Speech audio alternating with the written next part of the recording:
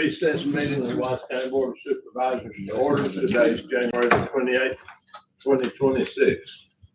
First order of business, Mr. Lunsford is still recovering from knee surgery, so he's going to join us shortly remotely. I need a motion to approve him joining us remotely. Second.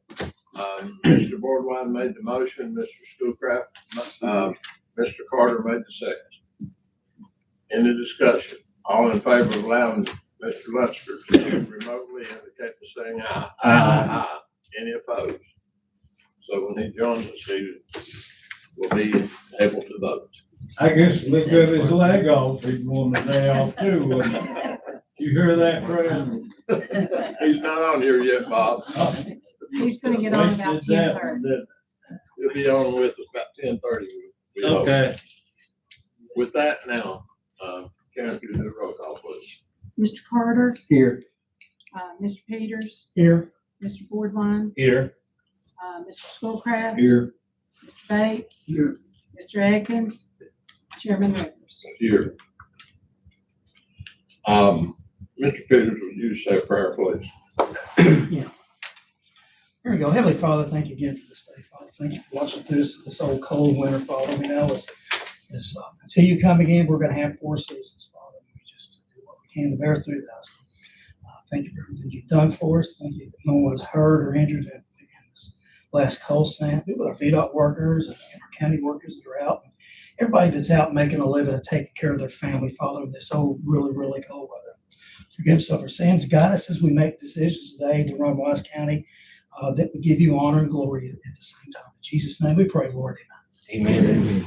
If everyone will remain standing and join me in the pledge, we got a new flag out there. I pledge allegiance to the flag of the United States of America and to the republic for which it stands, one nation, under God, indivisible, with freedom and justice for all. Thank you.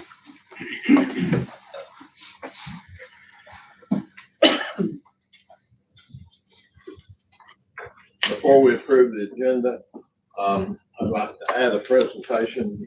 Mr. Rose is here, so we'd like to add him after Dolores does her presentation. So I need a motion to approve the amended agenda. Motion to approve. Second. Got a motion from Mr. Schoolcraft, a second from Mr. Boardwine. Any discussion?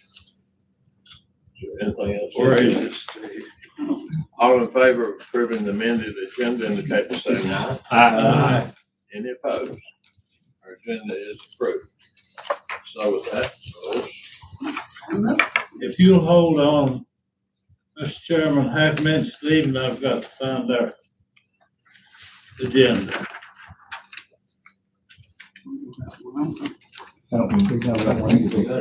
Find it? I may not. I put mine off on one. here you go, Bob.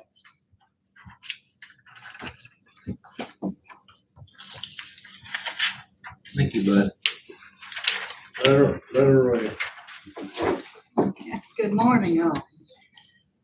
Okay, guess I'm lucky enough to get to come and give another cash statement. If you'll look at your first page, you will see that I have added through January 28th. I'll go back to time to turn it to the first page. You will see at the column to the left, January 28th, 26. The number in the peach color is 13,808,699. So the monthly variances went from a negative 486 to now we're negative 3,958,000. That's how much we spent from one month to the next. Expenditures over revenue. If you look right below that, you'll see that we still have a couple payrolls left to go out that we're estimating at 950,000. And then according to what I'm looking at online, we should get some EDI in for DSS for 1,122,000.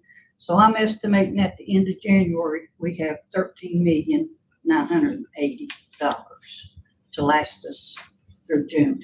If you'll Give me a moment. I didn't bring my glasses up there. Can't see anything without my glasses. Not close up anyway. Okay, so that's where we're at in order till we get to May and June's billing. That's how much money we have. Now, there's been a lot of talk about that. I'm hearing rumors that I must have more money somewhere. That, maybe I've got some more set aside or in fund balance or whatever. I assure you, I don't have any more money than what I'm presenting. And to show you that, the next slide you will see, is you can see these are the numbers I gave you all back in November. The first section says per treasurer's office, and it's for 23, 24, and 25.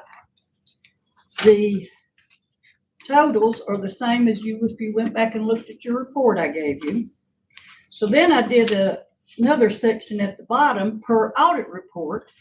And if you go back and look at your audit reports, I have the pages here with me if you want to see them. But Exhibit 3, the balance sheet, is where you'll find your cash amounts. Cash equivalents, $8,210,000. Investments, I'm looking at 25. $8,197,000. Restricted cash, that was that courthouse funding, $1,438,000. So total special revenue in general was $17,846,392 on your audit report. That's the number you will see on your audit report. Now, there's certain things that's included in that column. First, you've got special revenue funds of $630,000.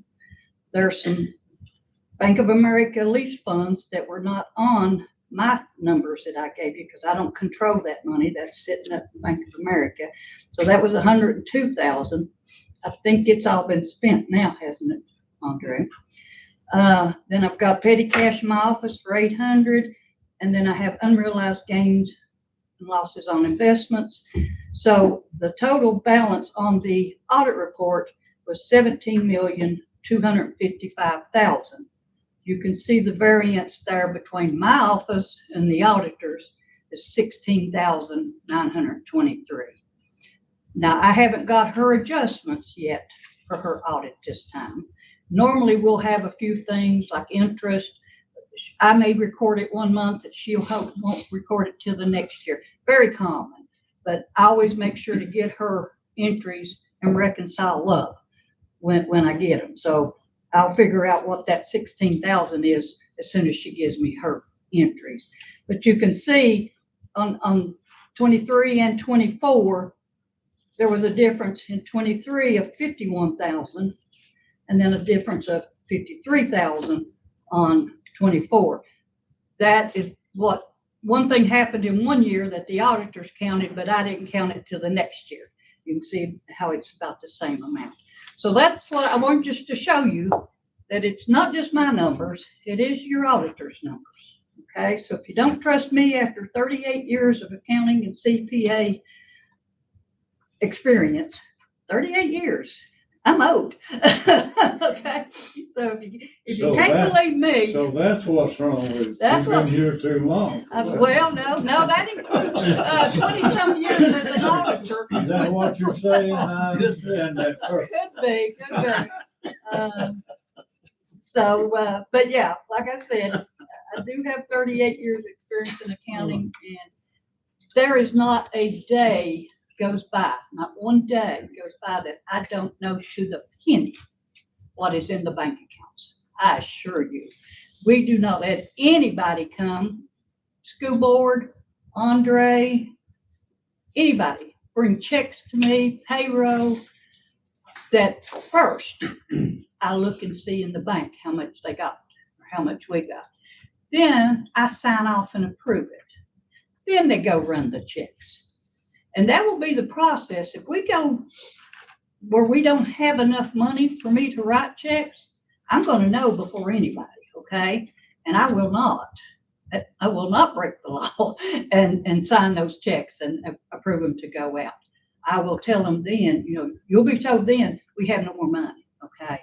I just want to let y'all know that if I don't have the money in the bank, I will not go forth and do anything to get you all in trouble or me in trouble, okay? I will come to you and say, you're gonna have to borrow some money or something but it will not go out. But like I said, you can ask me at any day, any time, and I can tell you exactly how much money to the penny we have. Like I said, I've been doing it a long time, and it's just my second nature, I guess. Okay, now, to flip to the third page, been a lot of talk about the fund balance, and I know Mike even asked me about this on his last day. He emailed me. He didn't quite understand the fund balance. So I kind of did this up. This is from your audit that she's going to be presenting to you, I guess next month. But I went ahead and copied this page out of it, and it's the balance sheet that I took these other numbers from, okay? I just went back to the other years. If you see the first column, that's what it looks like in the audit report. The general fund, it's got cash and equivalents. You come down here, you got total assets, 54,930,000, liabilities, accounts payable, 26,778,000. Then you've got fund balance of 54, or total fund balance, 28,151,027.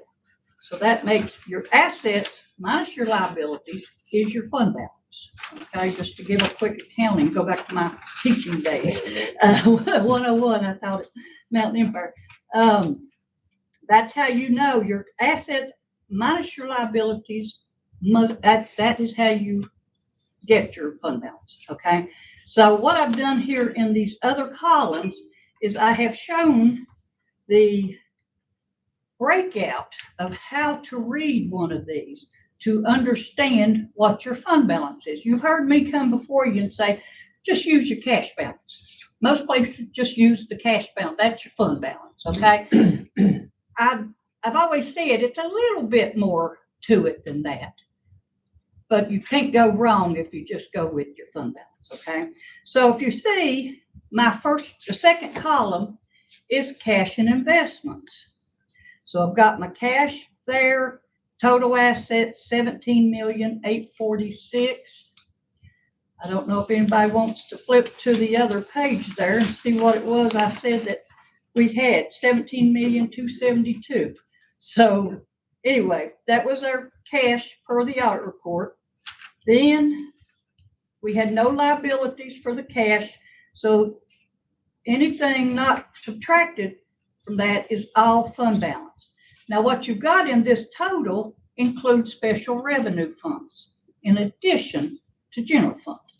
That's the way the audit report is done. I do them all separately, but the auditors bring them together and make them one column. So when you look at this column, you have to know what's general fund and what's some other fund, okay? So when you go down through there, you'll see in the fund balances, the law library, the Bascom library, opioid settlements, unspent debt proceeds, that was courthouse renovations. And then you look on down, drug court, software engineer, dog and cat, transient occupancy, supervisor fees, and e-summons. All of those, except for that 1,000,004, is special revenue funds. Okay, and that cash is up here in this other cash. And that's what is bringing the total a little more than just general cash, okay, or general fund cash. Now, if you look down there, you will see, well, no, wait a minute, let me go to the next column. That's your receivables and liabilities. And this is where I was saying that the fund balance is actually your cash, adding and subtracting your liabilities and receivables. But those receivables and liabilities are changed the day after. I mean, once we collect them, they're gone. Or once we pay them, they're gone. They change every month. This is as of a day, as of June 30th. By July 1st or July 31st, completely different scenario, okay? But anyway, that's why I said it's hard to really pinpoint in on those liabilities and receivables because it's a constant change. And again, that's why I said, look at your cash balances. Okay, but if you follow on down there, you'll see we got total liabilities of $3,614,882. If we subtract that from our total assets of $6,567,000 in the receivables, we get a net difference of $2,952,000. You see in the bottom, third column. Okay, now, if you add that with your cash balance, you will get $18,671,889. It's in the yellow. That is your true fund balance for general fund. That's taken out, so that's taking your cash minus your special revenue plus your accounts receivables, the net of your accounts receivables and liabilities. So you have 18 million. So now if you look in the little box I drew you there, you'll see what is made up in that 18 million. 899 is opioid. Debt service you had set aside, 11,126,000. Blighted properties, 106,000. Unassigned deficit, 6,539,901, which technically that would be your rainy day fund. If you kept, remember when I came to you, I said you either got more in your rainy day or you got more in your debt service. You don't have both. And right there shows it again, what I'm saying. Now, when you really go down the balance sheet, you'll see some other items that are part of your balance sheet, but they don't factor into your fund balance. And that you would see in column 4, tax receivables and deferred. You see it's 20,488,000. That's my tax receivables. I have to book everything that I bill that I haven't collected. That's what that is. Anything after 1 year, I have to classify as deferred revenue. So that goes into a liability. It's uncollectible. I'm required to report at the first 60 days afterwards. That goes into the revenue. But anything after that date has to be in deferred and be subtracted. Okay, so that nets out to zero. No fund balance in that, even though you got some big numbers over here. The next column is your opioid settlement. You have an asset and you have a liability for the very same amount, $2,675,000. They net out with each other. So again, it creates no fund balance. And then one big item is due from component units from school. And that's in your fourth column, $7,352,311. And basically what that is the school board is only allowed to maintain a $200 fund balance. So what I have to do is their worksheet, when we do their profit and loss, if it shows a profit, then we have to bring that over to the county side, zero out that profit, and run it through due to and due from. It'll be a due to on their books and a due from on ours. If it's profit, if it's a loss, be the opposite. So that is basically just coming in and out. It's really, it's nothing you're ever going to collect. It's just a matter of how they have to maintain that zero fund balance. Okay, I know it doesn't make a lot of sense, and maybe that's a question you can talk to David Rose or Emily about when she comes as an auditor. It's just an auditing technique. It's just a paper type thing, okay? Because school boards are not allowed to show a profit or a loss. And they're your component unit, so it gets brought back over to your books. Okay, and I think where a lot of the miscommunication is because that was always left in there and put down into the fund balance number. And I guess Mike didn't know that did not belong in. So I pulled it out, and Emily's pulling it out now to put it in committed. So that's why you see it over here in the last column. Okay, so it does not affect your fund balance. Okay, that's the best accounting lesson I can give on how to read a balance sheet. Is there any questions? There's mud. Clear as mud. Okay, that's what my students used to say. But now, like I said, your 18 million is not even 1 million, the net difference, more than what I told you your cash was when I told you in November, or when I gave you what was carrying over in 630, when I said that is your fund balance. If you just listen and say, okay, the cash amount is what we have to spend. All these other numbers are just busy numbers on paper in, a shortcut way of looking at it. Question. Yes, So this balance sheet shows the date of 6/30, which is the end of this fiscal year. yes, Okay. that you'll So- get in your audit report. So the tax receivable, is this what you're anticipating that you will collect on taxes before the No. end of this fiscal This is year? what we did collect, that we finished the audit as of June 30th, 25, So will we be collecting some more stuff to add to this? in May. No, won't add to this. This is done. Your audit's done on this. This is last year, basically. Your budget now we're working out of is 26 budget. Okay. And what you're getting ready to prepare is 27 budget. But right now you're always about 6 months behind in your audit. And so we're just now getting this. But that's why I'm saying you can trust my numbers, because your auditor came along 6 months later and got the same numbers. Okay, that's what I was trying to point out there, that it's. I think that's if you know what you're doing. I feel. I'll just be blunt and honest, like I always am. I feel extremely bad that we are in the setting that we are right now. I mean, it really makes me sad, because I've not seen it since I've been here. I've been auditing and I've seen the county struggle like this.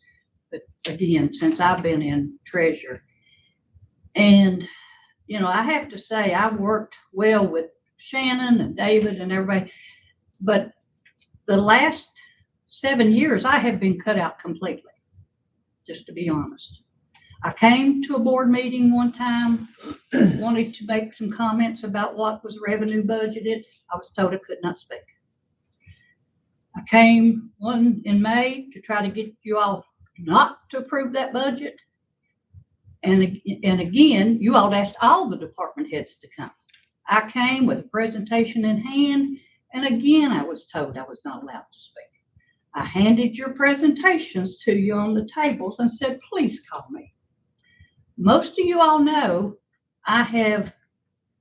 every time I would see you out at a meeting, whether it be Republican meeting, whether it be a fall fling, whether it be at church, wherever, I would say, please come by and see me. We got problems.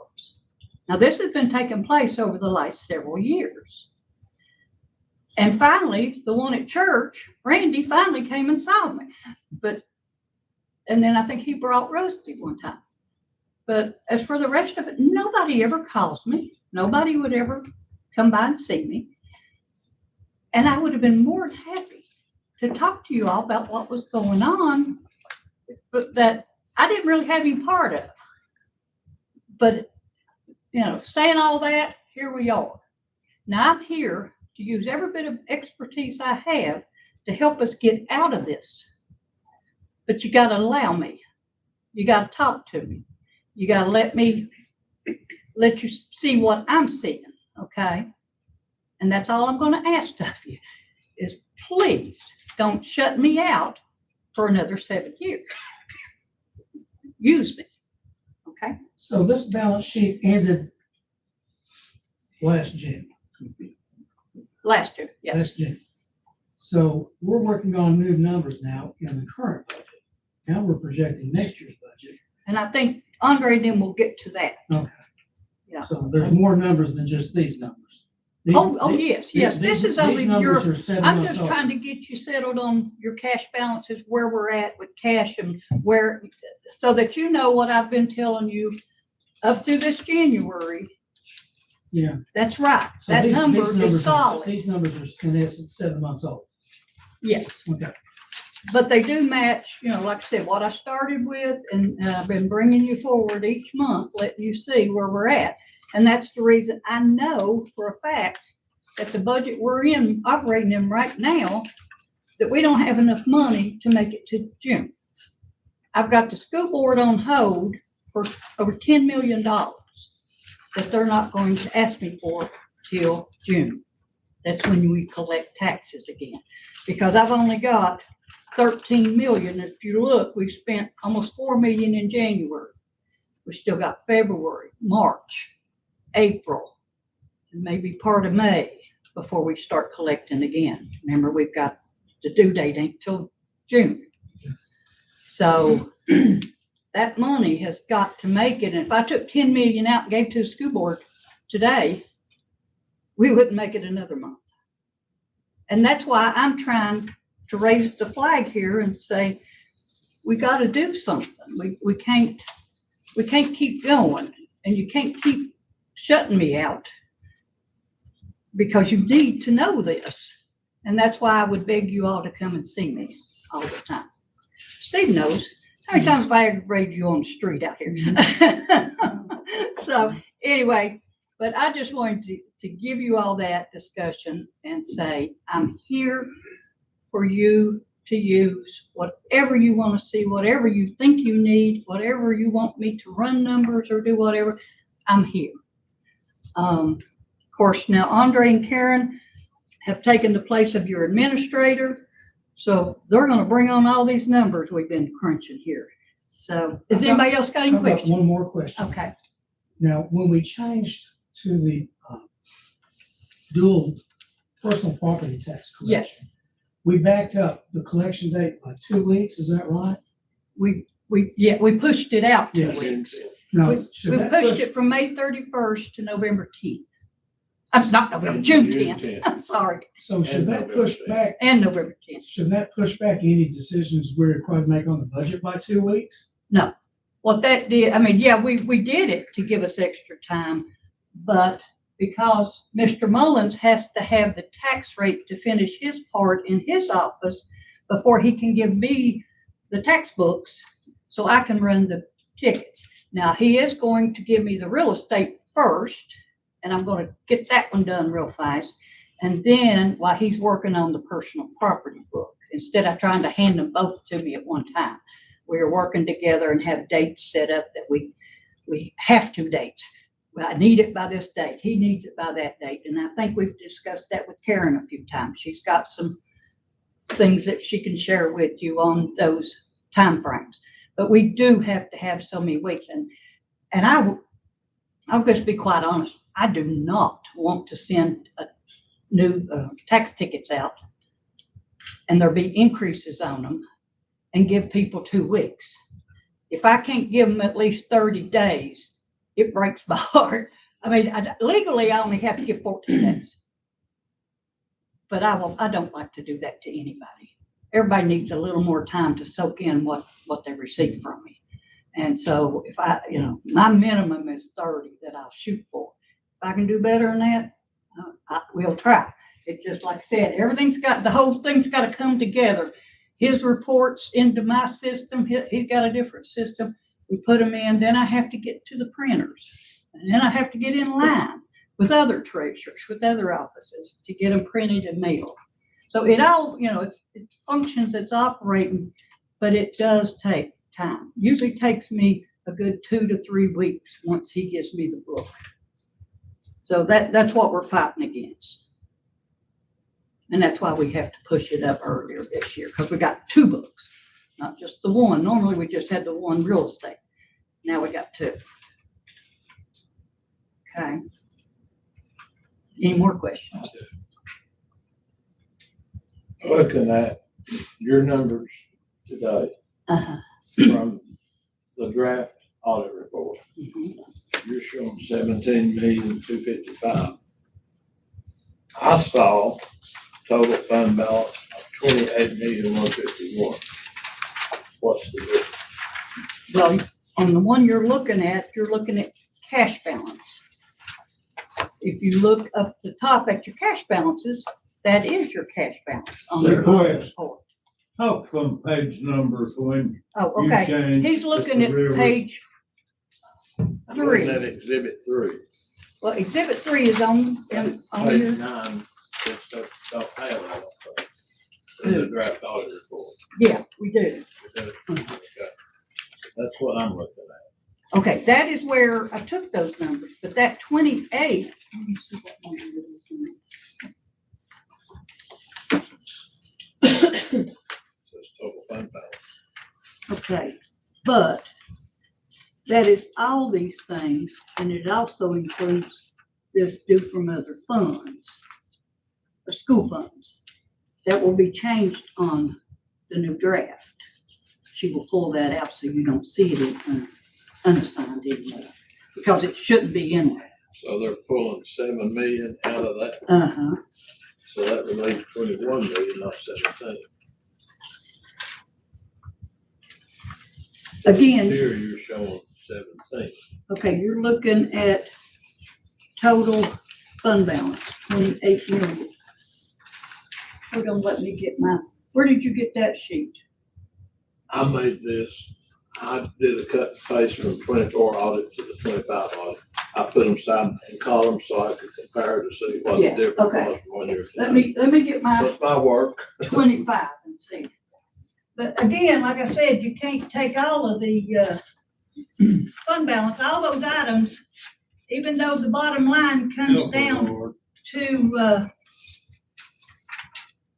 just because the bottom line comes down to fund balance, doesn't mean it's all fund balance that you can That spend. was the same. Right. Here, See, there's the 28. that's the number I had. Okay, that's the number that's on the report. That will be changed.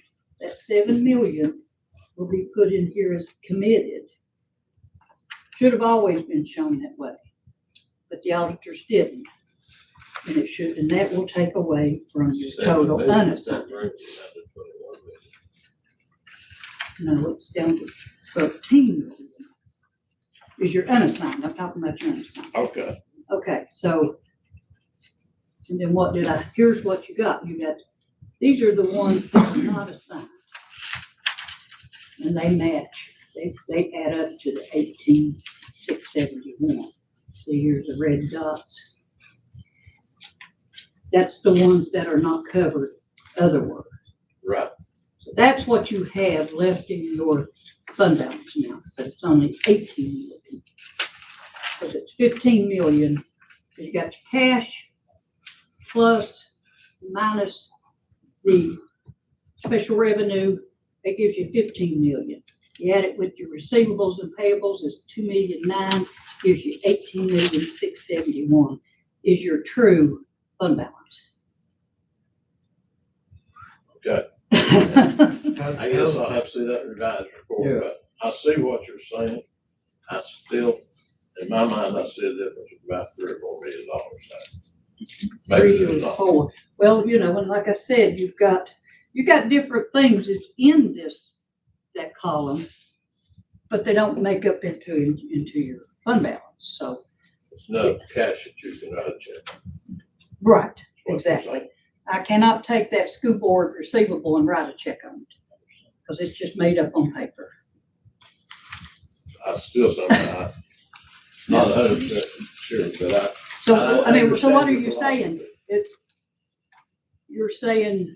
You're seeing 20, what was it? 28. 28. 28. You take 7 off that gives us 21, not 17. So it looks to me like it's about 4 million. Well, you've got, did you take out these I just use. special revenues? I just See, that use these 25 has special revenues in it. You gotta take 28 out, The 28 has special revenue. yes, all of these, in the Yes. bottom section, This section right here. yes. So you've gotta back those out. And that brings it down to the 15 million. Yeah. And then I add the receivables and payables of 2,009,009, and that brings your fund balance back up to 18. Okay. So you take the 28 minus the 7, 3, 21. minus the special revenue funds, Yeah. and that gives you 18. I'll be more than happy to go over it with you in my office if you need me. Now, I've got another question. Okay? Well, along those same lines. Let's take your 18 million that we had June 30. Okay? We have received, according to my package in January, we received $43 million revenue since then. So that's almost $61 million that we have had. We have spent $61 million in 6 months. I'm confused. We I had that don't know much what money in you're- cash, 18 million that we could spend. And now we've added, according to our January report, we've added $43 million that revenue we've collected. Is that not correct? Yes, Is the that would- collection rate wrong? Is the Well, I don't- 43 million wrong? I'm assuming they gave you I've asked the Andre, and revenue. Andre says there may be a little bit of variance on the way it's. we've under- But I will tell you, the beginning balance, and you'll remember as soon as I say this, that beginning balance we had June 30th. You remember when I showed you on the charts on one of the other schedules that by September, when we were billing again and collecting in October, we had spent that 17 million. Because we didn't have revenue coming in. We Right. didn't get a big flow of revenue until we. Till collected October. November taxes. Right. October. October taxes then. Yes, and then now, that's what we're living on. But that was 47 million with all revenue plus other taxes we took in, plus the 18 that we already had. Seemed like we could have replaced that 18 and still had money in reserve. Not, well, I mean, we've got 13 million in reserve right now. That's your cash balance. It's not reserve, it's just what we have. Well, So- I'm saying Sounds like. I mean, yeah, Columbo it's still to reserve. I mean, it's still your money to me. Don't spend you each think it month. sounds like? But like I said, if I was to Columbo? pay from this budget, that $10 million to the school, that money's gone. Of what I got right now. Huh? We haven't paid that yet. No, I got them holding up to June. If you looked at a rough estimate of what we pay out per month, Well, like I said, the quarterly months will be larger because we pay all the first quarter installments. So if you looked at January, we spent, I think it was like 5 million and some, just the first week of the January. So right now, if you look at that report I gave you, January is showing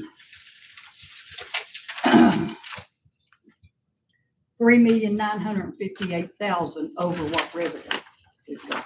what I'm thinking is, Jake's talking about that 61 million.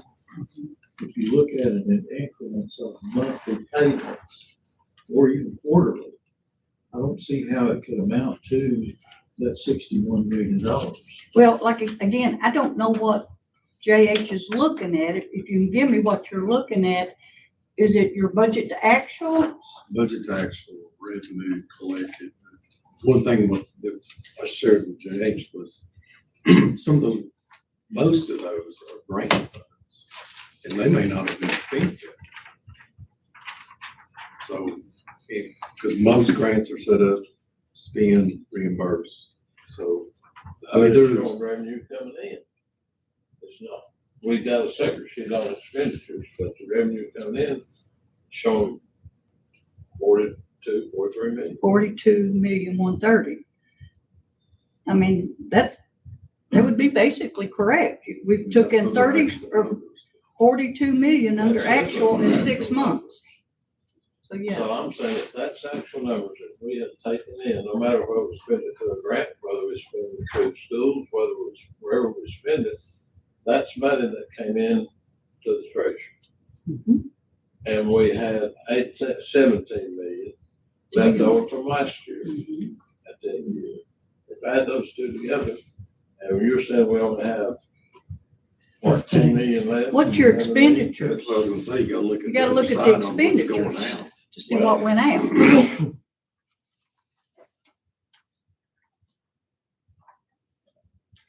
expenditures were.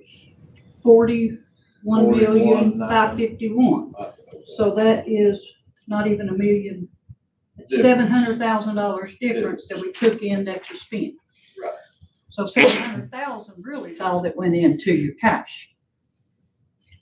We brought in 42, we spent 42 almost.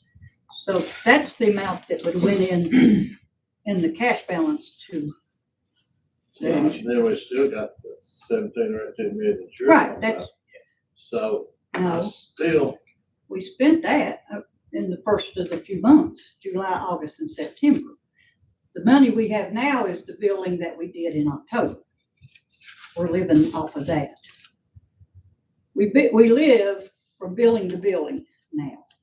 So what I billed in May, we spent July, August, September. Then I billed again in October, and we're spending that right now. Now we've got to make it to our next billing that we put off now till June. So that's what's given me pause. I'm not, if we get to that billing, we'll have some money, but we're not going to have as much fund balance left. If you remember, I gave you an estimate. I believe you'll only have $8 million left out of tax collections after I pay the school. And then if you've got with that one-time bump of $2 million and something for the personal property, brought it up to about 11 million.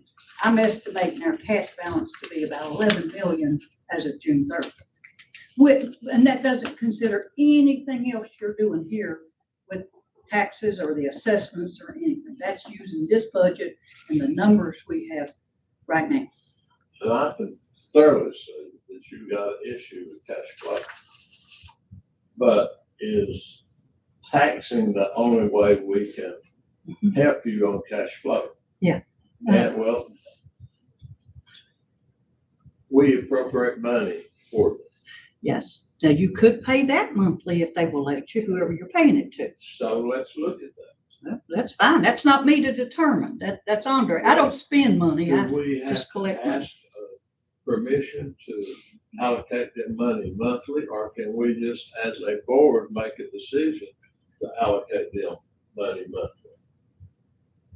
I don't think we're bound to pay quarterly. That's historically how it's been done. And I can give you a little history on that. They used to appropriate first of the year, and it was like all done. And then we came up with the bright idea, let's do it quarterly.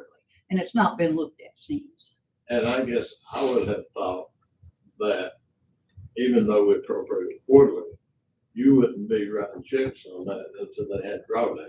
But apparently they can draw down 3 months' salary right when we give it to them. And I guess they can put it, everybody can draw interest on it. on our Exactly money. what they're doing. So I'm sure that's what. they're Yeah, doing. you'd asked me about the people, would it be easier for me cash flow if people paid monthly? Yeah. There's I'm no just- way, because I'd be sitting here waiting to go to the post office to get their monthly checks. I can manage it better if I put it if I get it all at one time and put it in the bank and divide it out. I'm just letting it Yeah, all I'm just be saying He's going up there fooling around with my money. But I'm just saying, if we're waiting for everybody to pay each month, not only would it be working my staff to death, just recording payments, but I would not know from month to month whether I was going to have money. See what I'm saying? Obviously. Yeah. I'm just throwing out ideas on how to help you. And I'm fine. That's all I'm trying to do. I'm just trying to, tell you all that right now we just do not have, we get about, you can figure 1.9 to 2.5 million, 2.4 in every month from state. That includes some grants, that includes from the comp board, that includes different things. I have a schedule that can show you exactly how much each month, but it averages about a month and a half, about 1.9 million. Okay, I get that money in. So the only other money I have is what I've got in those investment accounts that I took in from tax dollars. That's it. And if you notice on your January sheet here, that month to month, we spent $3.9 million. Look what happened to your money market account between December and January. Right here, we were at 6,700,000 in money market in December, and we went down to 3,500,000 in January. That means I took out over $3 million to pay the bills. Okay, and that's why I said these accounts are not set up for any special reason that it's special money or, you know, anything like that. These are how I myself set these up so I can get the most interest for what I get in those tax collections. And I'm putting that money in, and I'm trying to maximize as much as I can, moving it around. You know, nothing sits too long in something that's not giving me any interest. And that's why I'm operating out of those. When I see in the audit report that it says investments, $20 million, Uh-huh. is that part of the landfill Yes, you got that sinking fund. sinking fund? Is that, how much of that 20 million is sinking fund? How much of that 20 million? Yeah, I guess I'm asking, right, how much of that 20 million is landfill sinking fund? Because that's one fund we cannot get into, am I correct? No, you would have to have We DEQ's have to have permission that. to get into that. That's for your closing costs. Now, if you were able to close early and had money left, you'd be able to spend it. But you have to have. Well, that's not about to happen, we're talking about opening another segment. Yeah, and you know, I'm required to put money into that each time. Should bring my old reports every time, shouldn't I? I know I've got them. And it's probably Okay, not that we have critical, got- I'm just curious. Number I had on my mind, out of that 20 million, how much? As of June 25, we have $10,676,000 in that sinking fund. So it's almost half that. Yeah. 10 million. 10 million. 10 million is all these other, you see, money markets and in VIP, investment code. Okay. Or CDs and things like that. Now I got one other question. Uh-huh. One of these pages you showed, deferred taxes, and I forget now what that amount was, but the amount's not important. Do you have an idea of how much of that is real estate money and it's personal property? Where are we not collecting 100%? Well, you get it. The thing is, and again, this is paper kind of things. I'm required for your audit, when I do the pre-audit work, we have to bill, or I have to book as a receivable what he doesn't even give me until September. I have to book it as of June 30th because it's going to be part of that year. It's 20, like if it's for the year 25, that's 25 first half real estate, 25 second half, plus personal property. So all that we bill for the second half is actually deferred. The only thing it's hit in is what I've collected, what I've billed and collected. Everything else has to go in deferred because it's not, deferred means it's unearned. We haven't earned it yet. So it's not necessarily that we won't collect. And I had collected it by the time I done your November report. If you remember, I had collected for the most of it, not all of it, not 100%, but I probably 95% of your Deferred. real estate was collected. Probably 96% by that point, and 100% of course of public service. I think you have that 20 million for it. Yeah. So Deferred then is an estimate based on history. well, it's kind of based on the real numbers. I mean, I know what I'm going to bill. I've got the books, or I know I don't. I don't book it until he gives me that in September. So I know when I'm booking it for the auditors, I know what it's going to be. So that number is what I'm going to bill, but it's not been billed yet as of June 30th. So it's a receivable on your books. So it was 20 million, and then 20 million has to go in deferred because we've not billed for it yet. It's not earned, it's unearned revenue. And that's what you call unearned deferred. You can't unclassify it from deferred until you do audit. So in the next year audit, first thing I do is flip that around and then book the next year's into it. So it's just like a flow. But it is putting very odd numbers on different reports. It really it kind of blows your mind because you got to know which numbers go on which reports. Yeah, and you think, well, why ain't we just booking what we know we've done? It don't work that way. And our years cross over, our tax years cross over, so it makes it extremely complicated. If we, build maybe all in one year. See, billing used to be done on December 5th every year. That was one time a year, everything went in that year, everything was hunky-dory. But then when everybody started going to the twice billing, that's when everything started going haywire and crossing over year ends. So like I said, when I'm preparing your audit prep work and making all these entries for the auditors, I'm having to pick up things as receivables, and then anything that's less than 60 days collectible, I look at and see what we've collected for the first 60 days in the following year. That is booked as true receivable, undeferred, I guess you'd say. And those are what you see there on that schedule. In that first column there, you'll see accounts receivable and receivables from state category there. That's what those are. I'm booking all those as current revenues or current to report. And that's why they're flowing into your fund balance. But the deferred is staying over here. It doesn't flow in because it's not been earned yet. I know that's got to sound like a whole lot of Greek. Like I said, I've done this for 38 years. It's something that's second nature to me, and I'm not much of a teacher. Maybe David Rose can do a much better job than me. You're just reinforcing the point that I hated county classes in college, and that's why I'm not an accountant. Okay. Well, I looked.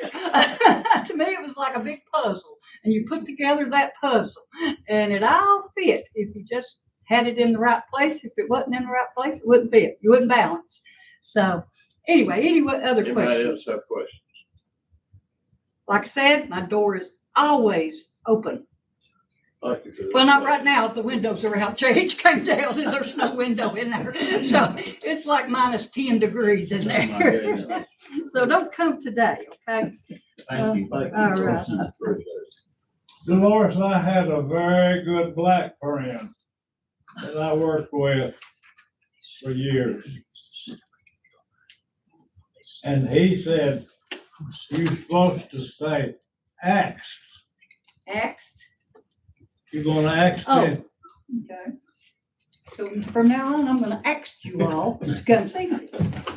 Then I'm gonna hit you over the head if you don't. No, I'm just kidding. Yeah, he said, Mr. Bob, you missed it. It's axed.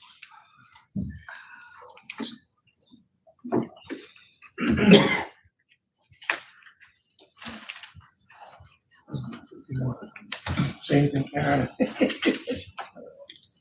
David was eager to get involved. I saw him back there holding his hand up. So Yeah. David, you've got the floor. Yeah. Who gave him a chair? I don't have your ability to stand No. an hour. I mean, again, I appreciate being here, Mr. Chairman. I'll take one of those. You Yeah, don't you've care. got extras? Okay. There should be some extras as well. Just a little background before I get started. I want to thank Andre, Karen, Doug, Dolores. If they didn't help us, couldn't be here today. But we'll take a step back. I'll make sure everybody remembers who I am, and I think you do. But I have had the good fortune of working with the county probably for 25, 30 years, going back to when you created the regional jail, which was, I guess, over 30 years ago now. Our only role today, and only role last year, is to serve as your advisor. We're not trying to sell you anything. We're going to give you our input. A year ago, I was here. I sat over there right next to where you are, Mr. Schoolcraft. And I remember you were over here, Mr. Rivers, and I said, look, we've got a deficit. we're deficit spending. We don't have a structurally balanced budget, and we need to do something about that. And sure enough, and you'll see it in here, the county passed a budget for the current year you're in, the 26 fiscal year, that assumed it was going to be a $7 million shortfall. Now, I'll get into all that in a minute, but the big picture here is what we've got, big picture, is not a sustainable situation. We are burning down fund balances. Committed fund balance, called that debt service fund, we will be burning down, if we keep going, the unassigned fund balance. That's that roughly 6.5 million that Dolores is talking about. Our numbers coincide with her numbers and with Andre. We are not in any way disagreeing. She's not hiding any monies. I think, and I really appreciate your questions, were very good. What you're really saying here with Dolores, the last maybe third of her presentation was, is there some ways we can get those dollars stretched? There's some ways that we can avoid having to worry about not being able to pay the bills, or that she's worried about. And I understand. What I'm going to do is talk a little bit higher, bigger picture.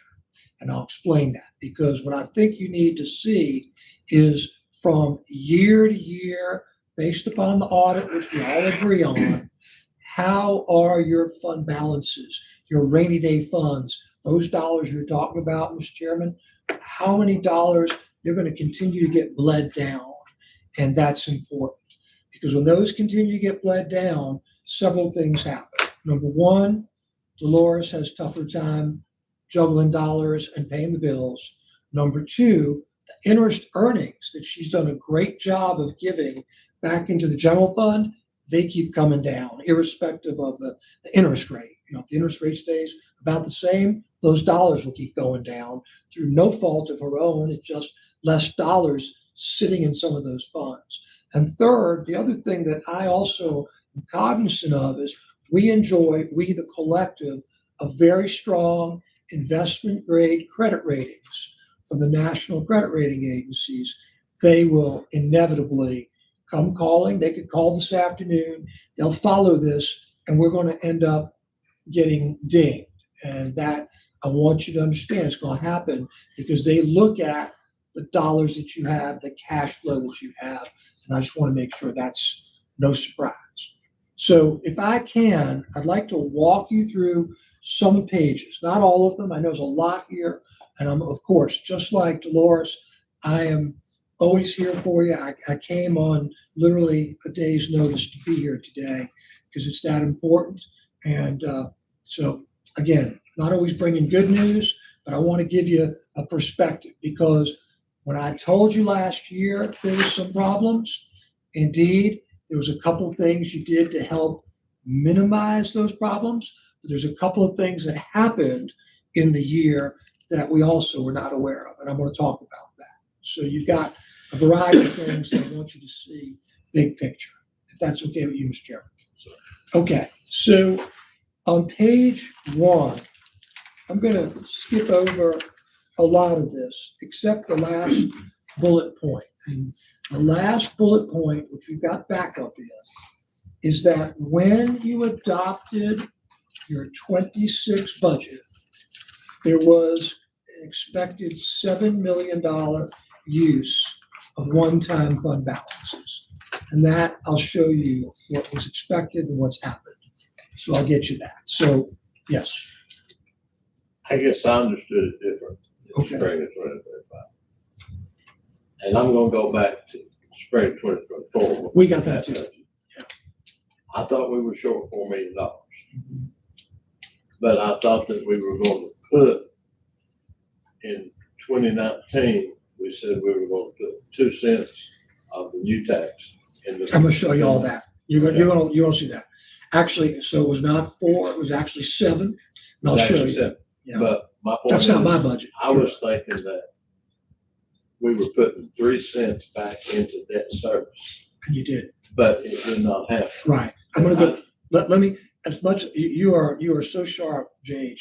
Let me walk through this first, okay? Because again, I'm not going to be cutting, I could be here all day, meaning purposely for you, don't, you know that. So Okay. I think it's gonna be helpful. Then I think those questions you're gonna want to ask will be helpful. Okay. Okay, that's why I'm saying that. All right, so if you go to page 2, all right. When your previous administrator, when Mike saw there was a $7 million shortfall, he then said, I want to create he created a 4-part plan. That's going to include some of what you're about talking about. And that 4-part plan, though, you look at the second bullet, was still expected to take several years to get to ultimate structural balance. You'll see that in a minute, okay?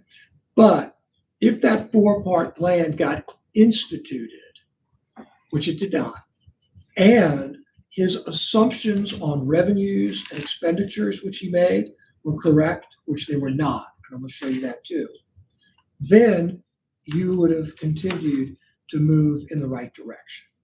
So a couple things that did not happen, and I'm going to get into that. Okay. Next thing, never did we talk about, use, or think about purposely the whole revalve. We're going to talk about that today, though. I've got information on that. So now that we know what that is and how that impacts, what equalization looks like, what if happens, we'll talk about that in a few minutes. So I think that'll be helpful for y'all as education. Okay. Lastly, Karen, Andre, what have you, contacted us beginning of the year. We contacted them because we reach out to all of our clients, whether they make a structural budget, whether it's a positive or negative. We always say to ourselves in December, let's kick off the new year. Let's talk to all of our clients.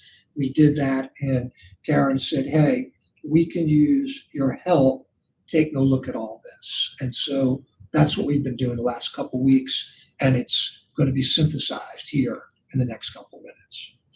So go to the next page, page 3. So as I indicated, once again, there was a $7 million structural imbalance for 26. Go to page 12, jump to page 12, and I'm going to show you that. Okay. You go to page 12, I'll wait for a minute. Bob, go to 12, you got that? You're gonna tell me what number, page 12, 12. yeah. I'm Steve, good at this, but I'm just not quite up to that. okay, Steve's out, action base. I'm gonna jump the gun real quick. Does any of these numbers in this book show anything about budget cuts? No, we're not yet there yet, you'll see. We're not, that's part 2, how you want to deal with it. That's how you want to deal with it, okay. But I've got budget cuts, we're not gonna meet any of this. This is actually the year you're in right now, not even next year yet. That's my point. This is, all right, page 12. You see your adopted budget, column A? Look at line 7. Total revenues. This was done by your staff. Total revenues in your adopted budget last year, I'm gonna round off here, was $66 million. That was the number that your staff produced for your budget. Then on line 18, your total expenditures was $73 million. And that's right below it. That's the $7 million shortfall. Now, to the supervisor's request or question, this is the year we're in right now. Yes. Next year, that gives you an opportunity, we'll talk about that, to do potentially, if there are cuts, to get to narrow a shortfall. But right now, this is the current situation that you had going into the year. Now, here's part of the problem. I want you to go to column B. Turned out that while you thought the revenues were going to be 66 million, the actual revenues were overinflated by $4 million. The majority of that were local revenues. You overestimated your local revenues by $3.5 million. Dolores, to her credit, found that a few months later and looking at all this, working with Andre, what have you, and said, you know what, we're not going to have 41 million of collectible local revenues. It's going to be 37.7. That's your adjusted budget. not me doing it. That's what your staff did. So instead of having 66, you ended up having 62. Now, your expenditures still stayed at 73 million. So instead of being a $7 million shortfall for this year, it actually was 11 million. Now, here's what happened to the good. Of that 11 million, we had part of that 4-part plan, one of those that I got involved in, which was to restructure and clean up a couple $1 million of debt that would have come due, and that worked. So as a result, your 11 million came down somewhat. Plus, you had, what you did was that conversion, which you did as part of that plan, you got about 2.5 million to the good. So at the end of this year, you're projected to have to eat into fund balances, not by 11, not by 7, but about 6.5. And then there's one other little component here, line 21. And that is because of your new revalve, depending upon what you do or don't do with that tax rate, if you equalize, and I'm not suggesting it, if you go right to your current rate 69, if you go to 55 cents, interestingly enough, you're going to get another hit of 875,000 if you go all the way back. And that's tied to the way the Public Service Corporation numbers work. And Dolores and Doug can give you far more than that. But the bottom line is, we're still at about $7 million roughly of a shortfall. That's the deal, okay? I don't control that. Now, I'm going to show you what that's going to mean to those various fund balances that you were talking about. Tell Yes, me sir. one more time, not 875 came from where? Say it again, which one? Not 875. So what happened is when revalve occurred, okay? Yeah. Okay, depending, that 875 can go to 0, or it can even be a positive, depending upon what your board does with the current tax rate. It could actually go to the other way. It could be more dollars to help the end of 2026. But this is worst case scenario. This is worst case.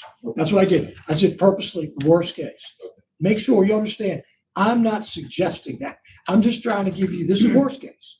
So you have a basis. It's kind of like an unknown, unfortunate surprise if you go to equalize, but on the flip side, if you stay or get close to the 69, that negative 875 actually becomes a positive. Becomes a positive. Can I ask a question? Of course, yes, sir. I have understood that because we went to twice a year personal property, that was going to give us a one-time bump of 3.1 to 3.2 million. Does that offset this 800,000? No, it's already in there. It's see the 2.5 under column 6. That's what you actually got, JH. Right there, sir. That's the one. Yeah, column D. See it there? 3.5. That's what you got. That's what you got. Another question. Yeah. That's based on the $1.33 for personal property tax. Whatever it is, I wouldn't know that. That's the current rate. Whatever it So is. if we increase that rate from 133 to whatever, then that brings that 2.5 million up. Yes, I would think so, right, Andre? Yeah, but for next year or maybe for this Well, year, I'm talking about this year, Yeah. this spring, definitely brings up next year. Yeah. But the one-time bump it'll help you. will help. Yes, That's all I have. yes, sir, absolutely. Okay, good. All right, so let's go back now, if we could, and let's go to page 4. So I did this, I tried to color page 4, 5. I Thank color coded it. So your staff put in a 4-part plan for you to consider. And the first one was change reassessment, 4 years to 2 years. That did not get implemented. The second one, to your point, Mr. Chairman, was to increase personal property real estate and personal property by 3 pennies in 2026, 2 cents and 1 cent continuing. You have not done that yet. That did not happen. Okay. Action 3, conversion, which you asked about, you did that, and that was the 2.5. And then action 4, that restructuring, you did that. That worked as we'd hoped. So you may say to yourself, okay, we got 2 of the 4 done, but one of the big problems that nobody foresaw was your expected revenues. Irrespective of this, were way short. Your calculation, not you, not I'm saying, Andre will tell you, it is what it is. Calculation of those local taxes were essentially $4 million off. I'm giving you what happened. Part that they lost, instead of lost. Nobody asked me my opinion at all, That we overestimated or that it but I came in did low? find it. Andre, I'll look to you. What is the answer? You can, both of y'all can verify What's this. that? So, I mean, if you look at the spreadsheet, he's just, your net. I would say, yes, the real estate numbers of personal or public service didn't come in high. But then your net, because we had incorporated the debt service payment on the schools at that full amount. The budget reflects that on the expense side. So the net you're picking up on the decreased money going out the door for that debt service, as well as the change in the bill.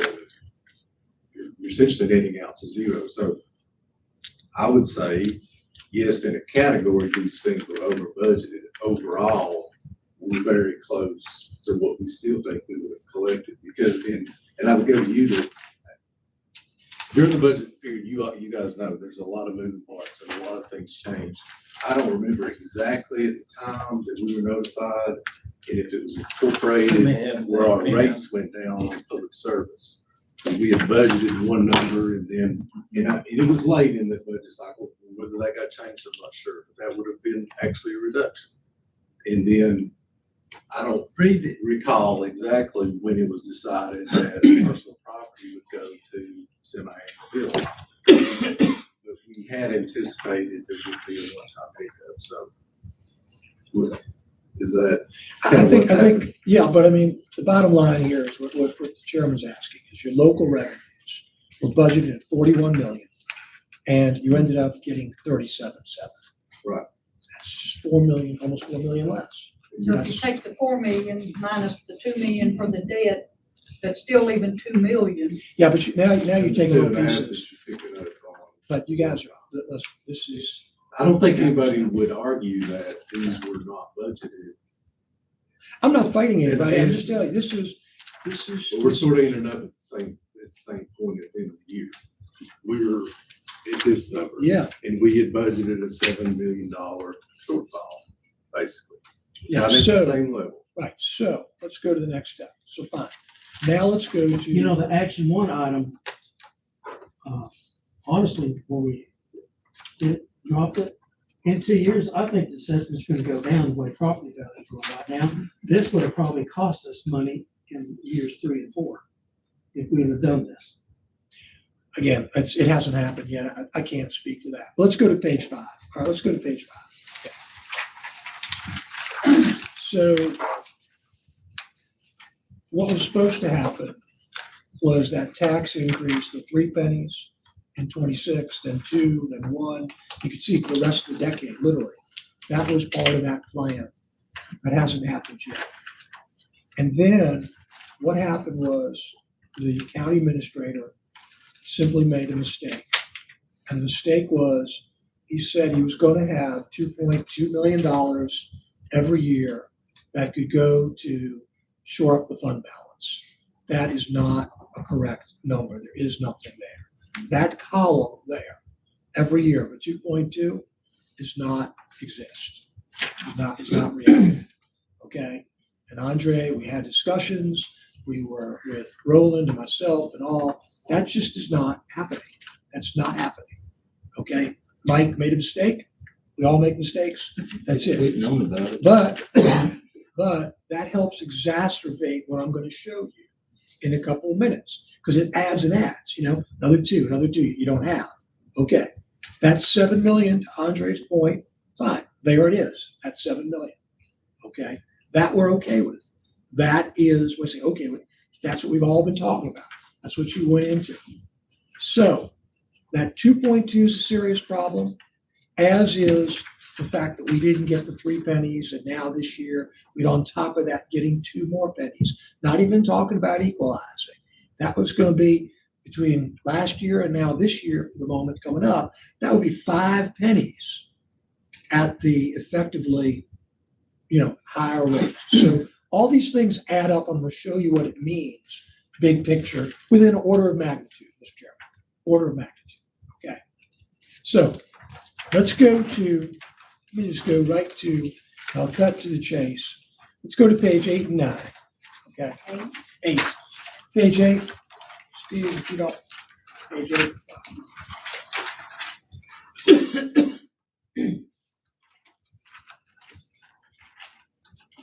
So here's what you could read.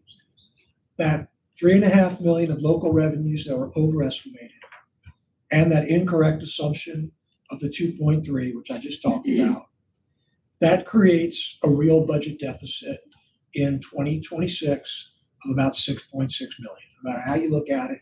But like we said, maybe it's a little bit more if you have to equalize to the 875, or maybe it's a little better, maybe lower, if you, depending on what you do.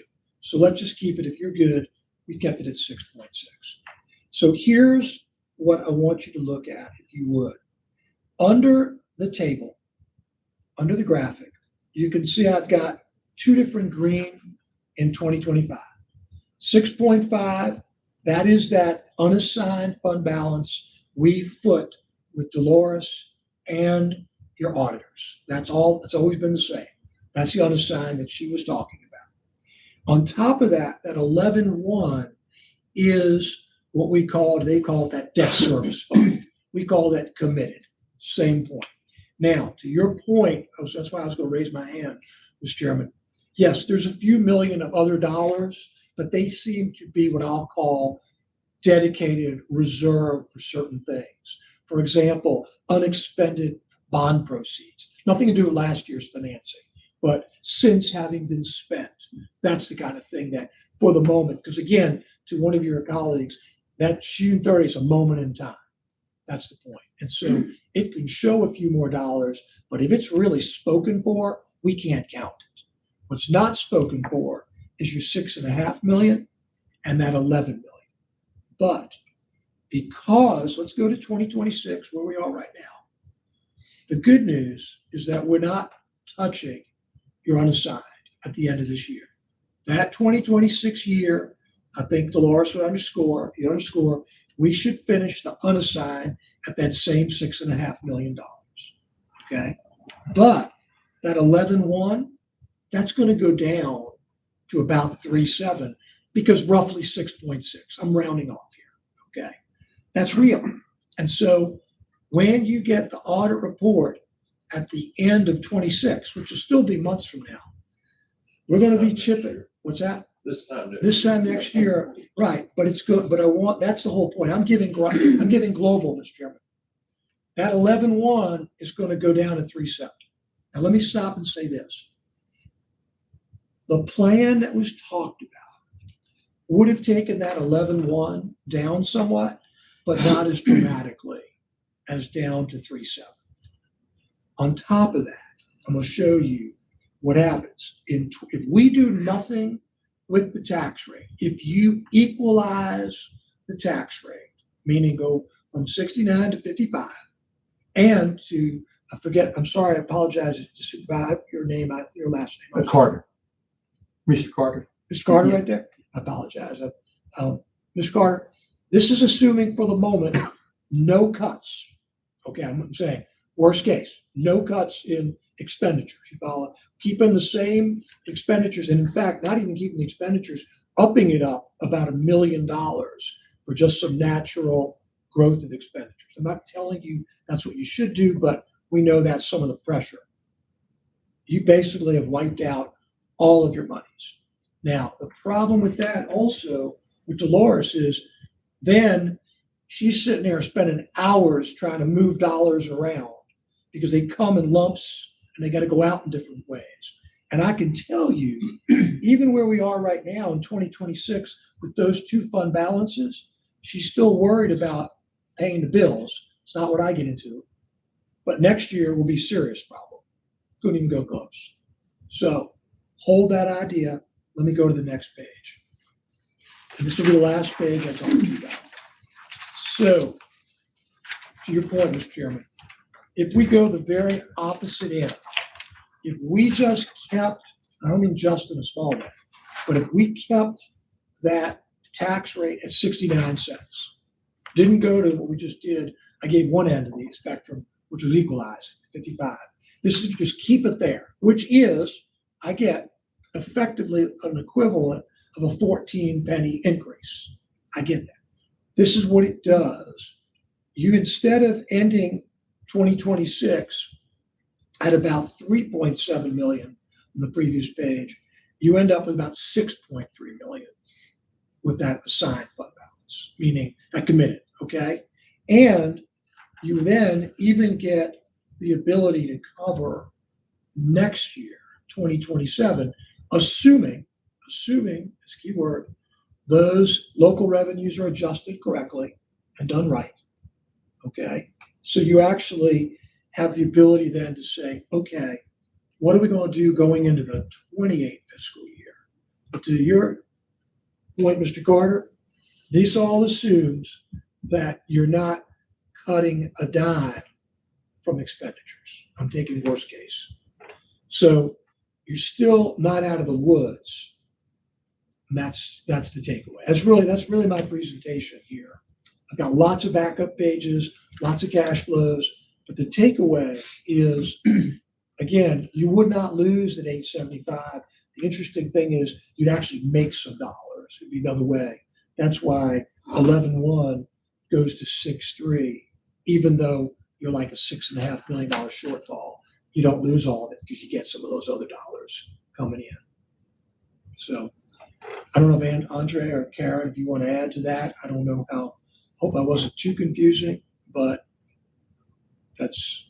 But you've given us both ends of the spectrum. Yes, sir. This is the other end of the spectrum. And neither one of them assumes any cuts. That's correct.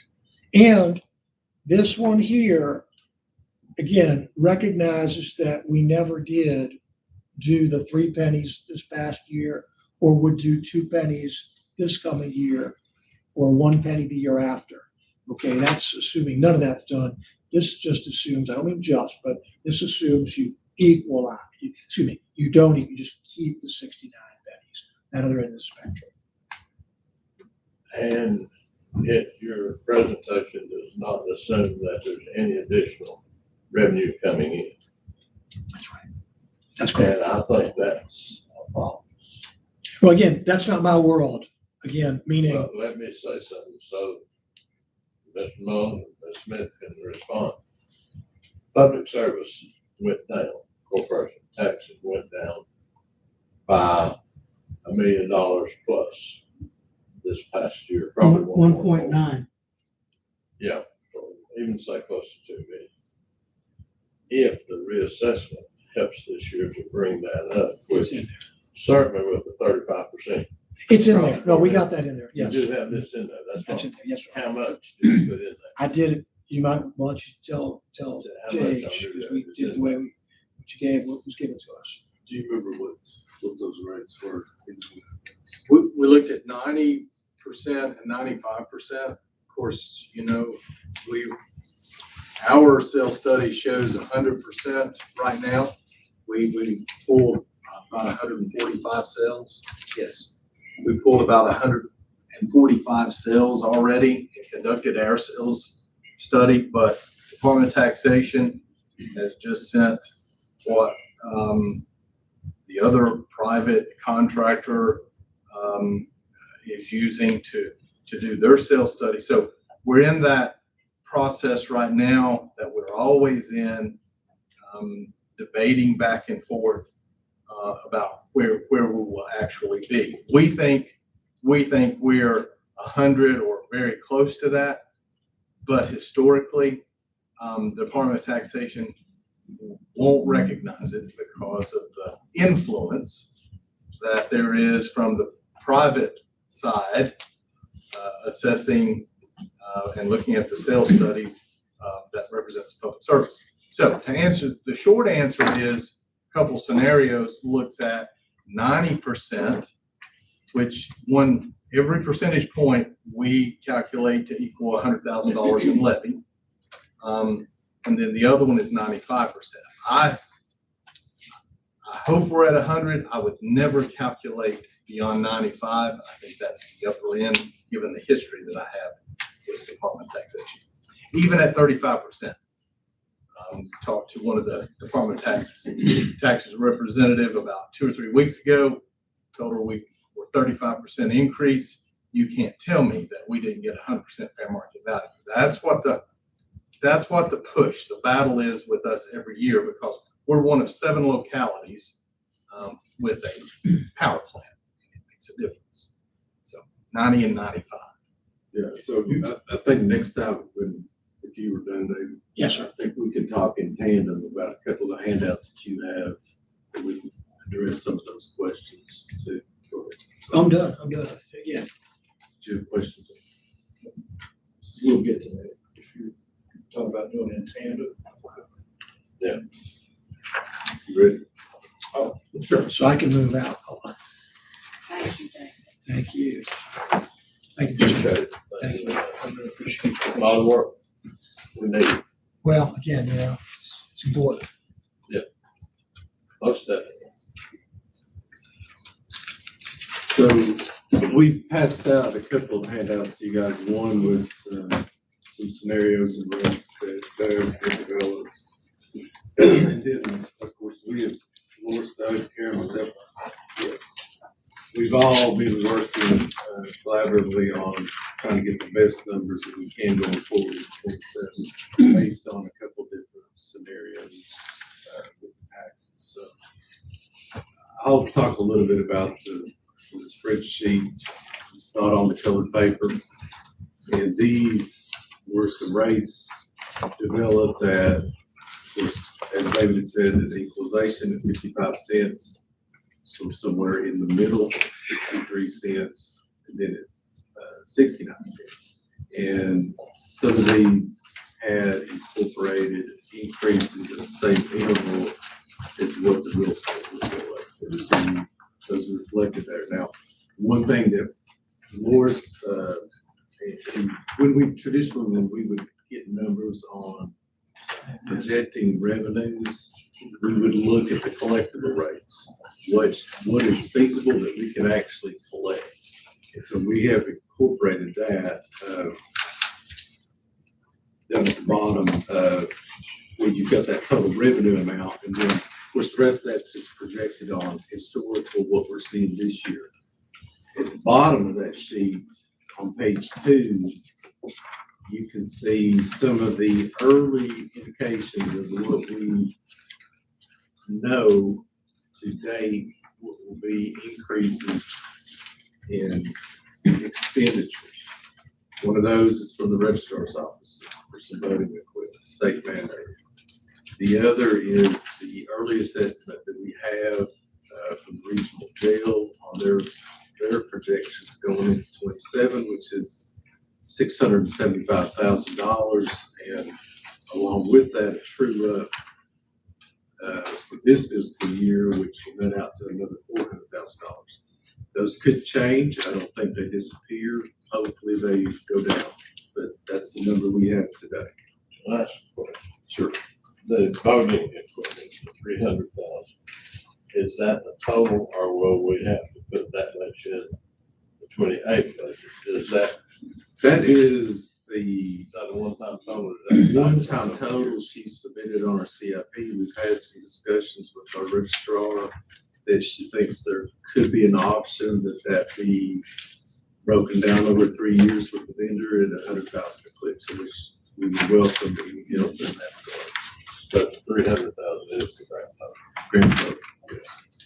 So, and then the revenue that we, as you know, all 4 of us, Doug, myself, Karen, and Morris have looked at and at those different intervals, the 55 cents to 63 cents, and then at the 69 cents, all those scenarios, we start out at a deficit. So to Mr. Peters' point, yes, there has to be cuts that accompany any decision in this tax rate. You had asked me yesterday to look at some things at a high level, and just as a emphasis again, so much of our budget is comprised of things, as an example, regional jail, that we have zero negotiating, that's what we pay. Okay, and we have several agencies that operate like that state mandated, we have to pay what we have to pay. So, Regional jail, have we gotten money back from them? Seems to me like last year, last year. unfortunately, that's a cyclical, you could college your background, which would be common. If you're getting a refund back in 1 year, typically you may have to pay, but you never know. How do we know how many people we're going to be sending from this county to be incarcerated each year? We got $1 million back last year where we changed how we had inmates counted per day. It looks like they had penalized that to us. You two are on the board. How does the rest of the board feel about them just increasing this? It's like a money pit we can't control. Can't somebody get a hold of this? Well, Based on as you all population. made that appointment for me to assume that board position, and that was the first board meeting. And one of the things that was for the discussion and vote was one thing I think I shared with a lot of you that we are considering with our insurance, health insurance. Regional jail has a plan that's a 250 plan. And it was the consensus of the board, except for me, I didn't. It was my opinion that we're going to ask our employees to make that same cut, because what was up for discussion was going from a 250 plan to a 500 plan, save the different localities, their contribution on health insurance. So what's built into in their budget is very early on, so it could change. But what's built into their budget is keeping that 250 plan for their employees that be the regional jail, as well as the state's 2% COLA increase. So all the localities that participate in the regional jail are required to pay that. And We're not the Lone Ranger here. Everybody else is in the same sad financial shape that we are. I can't imagine the representatives from surrounding counties want to leave status quo down there and not try to make. I don't know how many times they're up here a day they'll bring this van with 2 guys in it, pick up 1 guy. How many times a day? There's places they could whack some money off and be a little bit more, I don't know the term, but sympathetic to us, I imagine. They're sitting out there like they're up here and we're going to do this, and we don't give a crap about the people that are actually keeping this jail up. And that's a board of how many people? 10 or 12? there's quite a few on that board. A lot of law enforcement, county administrators make up that board. Sheriffs. So there's several. I'm not sure exactly what the count is, but there's several. I was the only one that voiced opposition to that. You were the only one? I was the only So one. what does that tell us, guys? And from perspective, we're going to ask potentially, this is your all's decision, but potentially our employees to do the same thing. But we're going to fund that agency as is. That's kind of the nuance that, we have taxing authority here, so we do have the ability to raise revenue. These other places don't. They put forth the budget, and if you're mandated to contribute to that budget, that's what you contribute.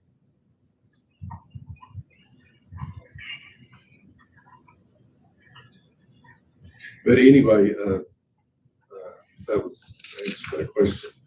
In any of those scenarios, we begin, and in this number, even in the what you would say best case scenario, at keeping the current 69-cent rate, there's a significant amount of money that we're going to have to look to find a trim in our budget, and that could continue to grow. We still don't have, the state's budget. That's probably going to be late in the budget year, but that could or will impact what is mandated with the schools as well as social services. We have a preliminary number from social services. I did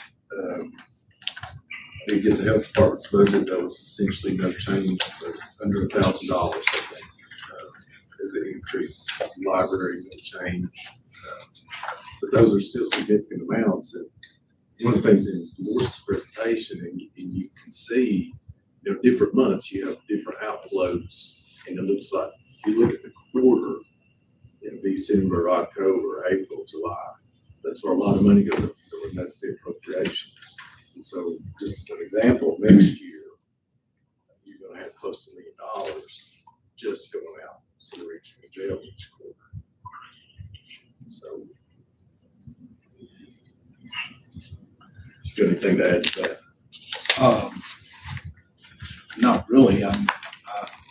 The scenario here, there are a couple things. I was talking to one of the board members earlier, and this is outside of my purview and jurisdiction, but as an old board member, kind of showing my years, I served on this board for 5 years. And I recognize that what you have and have had in front of you are unfunded mandates from Richmond. You don't get to decide what you're going to do. They tell you to fund them. Okay. Inflation that you've had to deal with, and then cost of living adjustments, which are on the unfunded mandate side. So you look at all those things over a period of 5 to 8 years. I was on the board for 5 years. I understand that, So I know you have hard decisions in front of you, and I know that you're going to want to do all you can to lessen the burden for the taxpayers. Again, that's out of my area of expertise. I'm the appraiser and assessor, and I'm told what to do by Richmond as well, along with those. I was describing it as Virginia law is, we're a Dillon rule state. My good friend and one of our former colleagues, Edgar Mullins, used to talk about the Dillon rule state, which basically means the localities can only do what Richmond, the General Assembly, allows them to do. And if I had to explain the Code of Virginia in 2 words, I'd say may and shall. It says in its laws that the locality may do this, which means you get to make a decision on whether or not you want to. When it says you shall, you shall. It's no decision. Richmond tells you what to do, and that's what we get lots of times. And that's certainly what I get in my office when the Department of Taxation says you shall reassess at whatever intervals the governing body decides, and you shall apply 100% fair market value during your general reassessment. We've talked ad nauseum about that process, but I just think it's important to have that information go out to the citizens about what is happening in that regard and during your deliberations. I do want to point out a couple things during Mr. Rose's presentation, which was an excellent presentation. He referred to the general reassessment as the revow. I just kind of want to clear that up. That's speak for his level. So for us at the level of being the taxpaying citizens, that revow is the general reassessment, and how that was not considered during the process. Started a year and a half prior to the process. And the other thing is the equalization, which you saw, each taxpayer saw on their notice, which effectively, theoretically, sets the tax rate back to 55 cents. And I just wanted to offer just a little bit more as he was offering that presentation.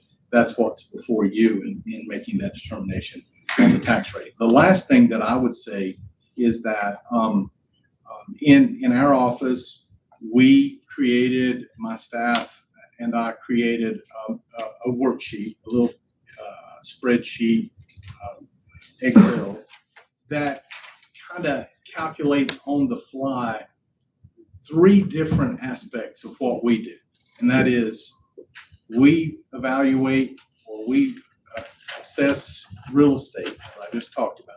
We assess personal property, which is tangible cars, personal, tangible business, personal property, merchants capital, inventory, machinery and tools, and then mobile homes. We do all of that.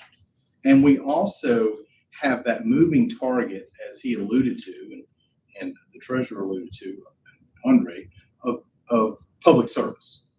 Because we don't assess a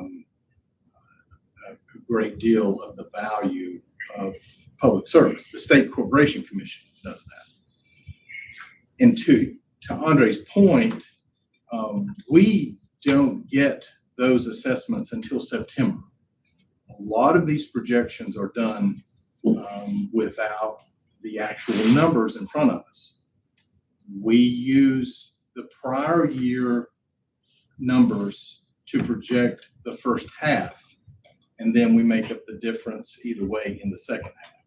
So those are all very important. The last thing is this. With public service, as Mr. Rivers pointed out, there's 2 sides of this once we get the numbers. And that goes back to the 100% fair market value side that the Department of Taxation says that we shall achieve. If we get 100%, then the public service corporations are assessed at 100%. The methodology is this: when state corporation commissions assess public service, they take the value, the depreciated value that is offered in a 762 by the company. They multiply that times the local ratio. So if a locality is not assessing at 100%, and last year they said Wise County was assessing at 81% value of the true fair market value in Wise County before the general reassessment. So all the public service, Dominion and everyone else, gets to multiply times 81%. Wise County taxpayers don't get that. They pay 100%. So at the end of it, you get times the tax rate equals the levy. So that is the consideration that they're all talking about here, that public service, if we're not at 100%, they benefit from that. And then the tax rate obviously makes the final determination of what their levy will be.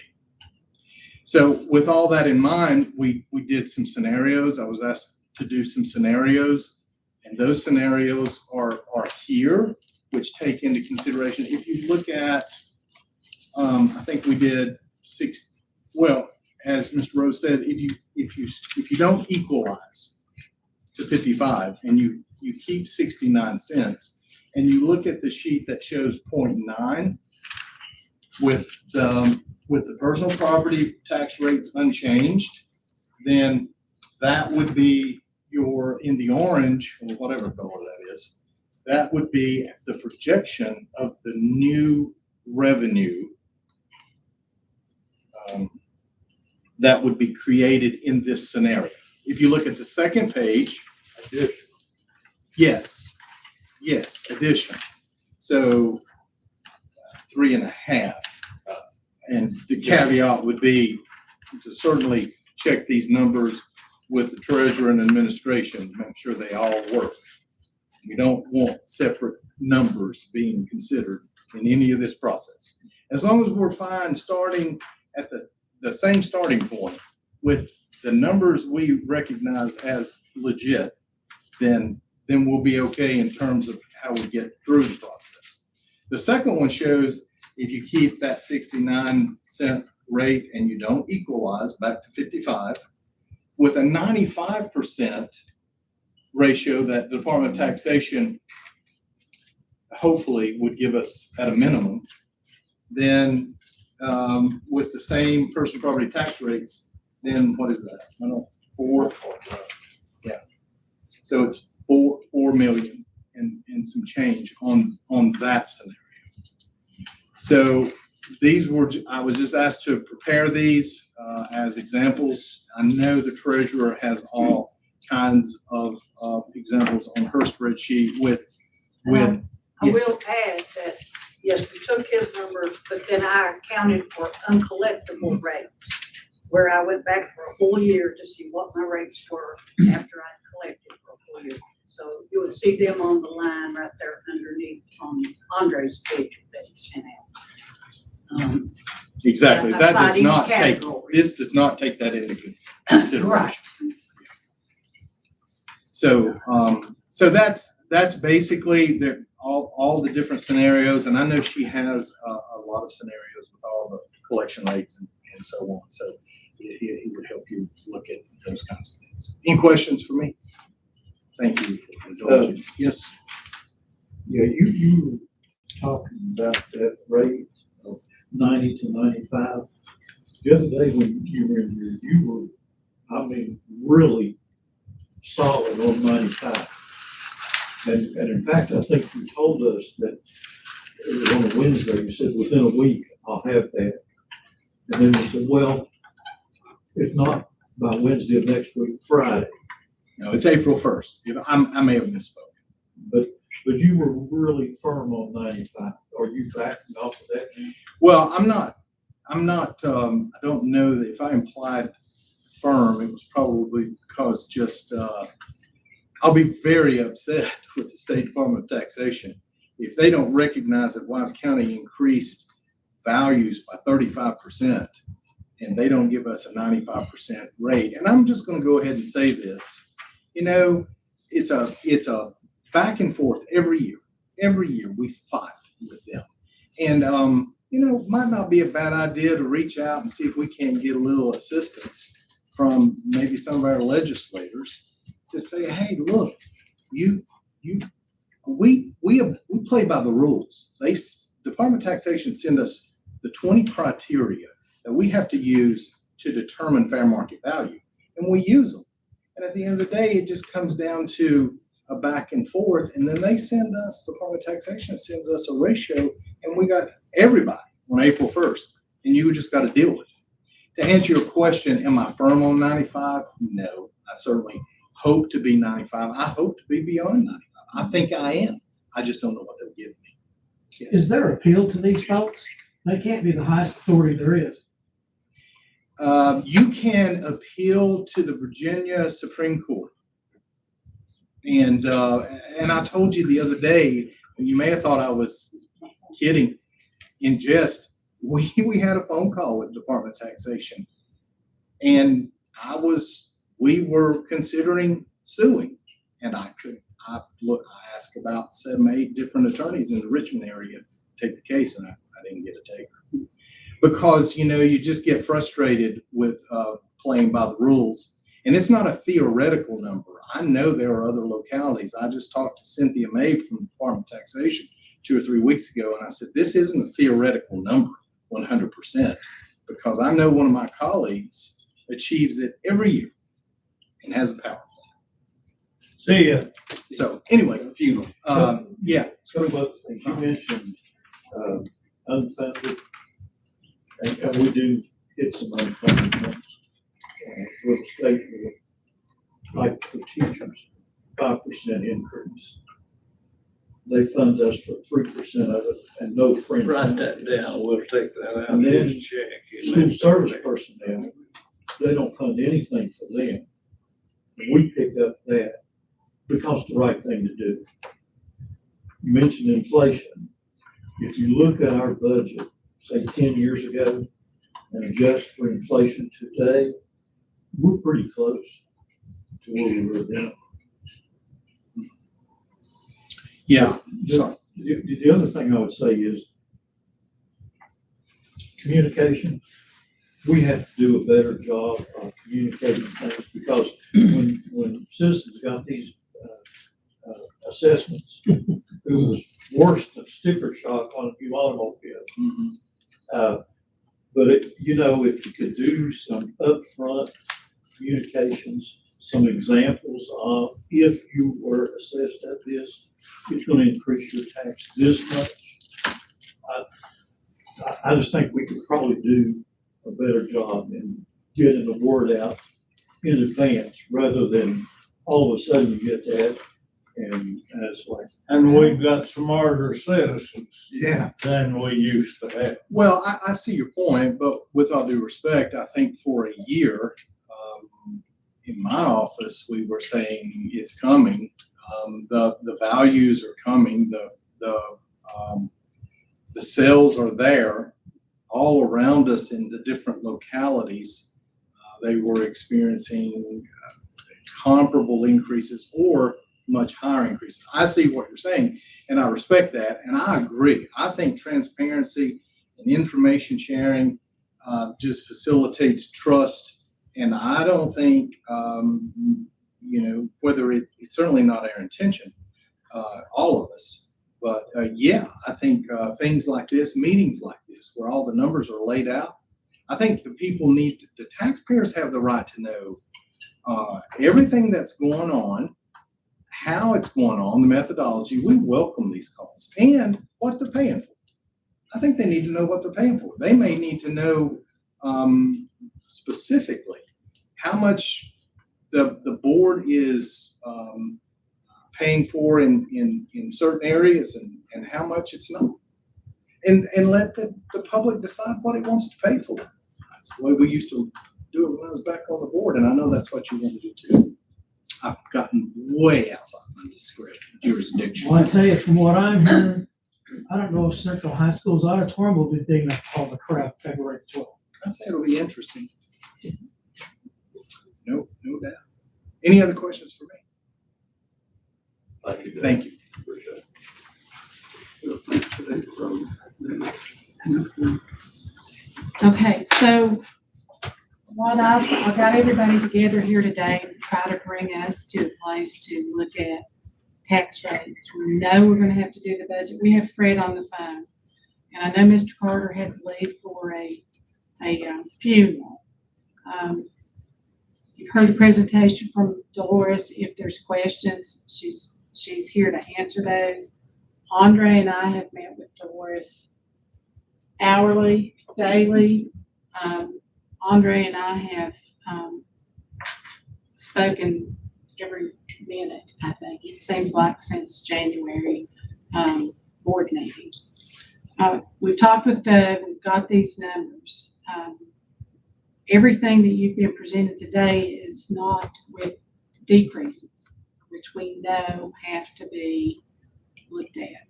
You started this process when you met with all the board members back at the end of the year, all the department heads, all the constitutionals to say, we are going to have a deficit, we have a cash flow issue, what can you cut, what can you do?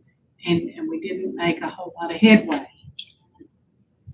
I think I didn't finish my thought when I was discussing this worksheet and the fact that we are at a deficit. Mr. Rivers had asked me specifically to look and see what cuts.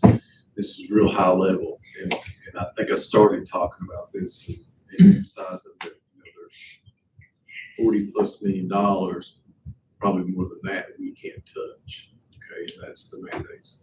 So when you look at the last several years when we developed budgets below personnel lines, which was your salaries, your workers' comp, and all that, salary, health insurance, retirement, there was not a lot of meat there because you were giving them what they had to operate for their office. Personnel has not been on the table previously. So I looked at that and 10% on what I felt like could be reduced.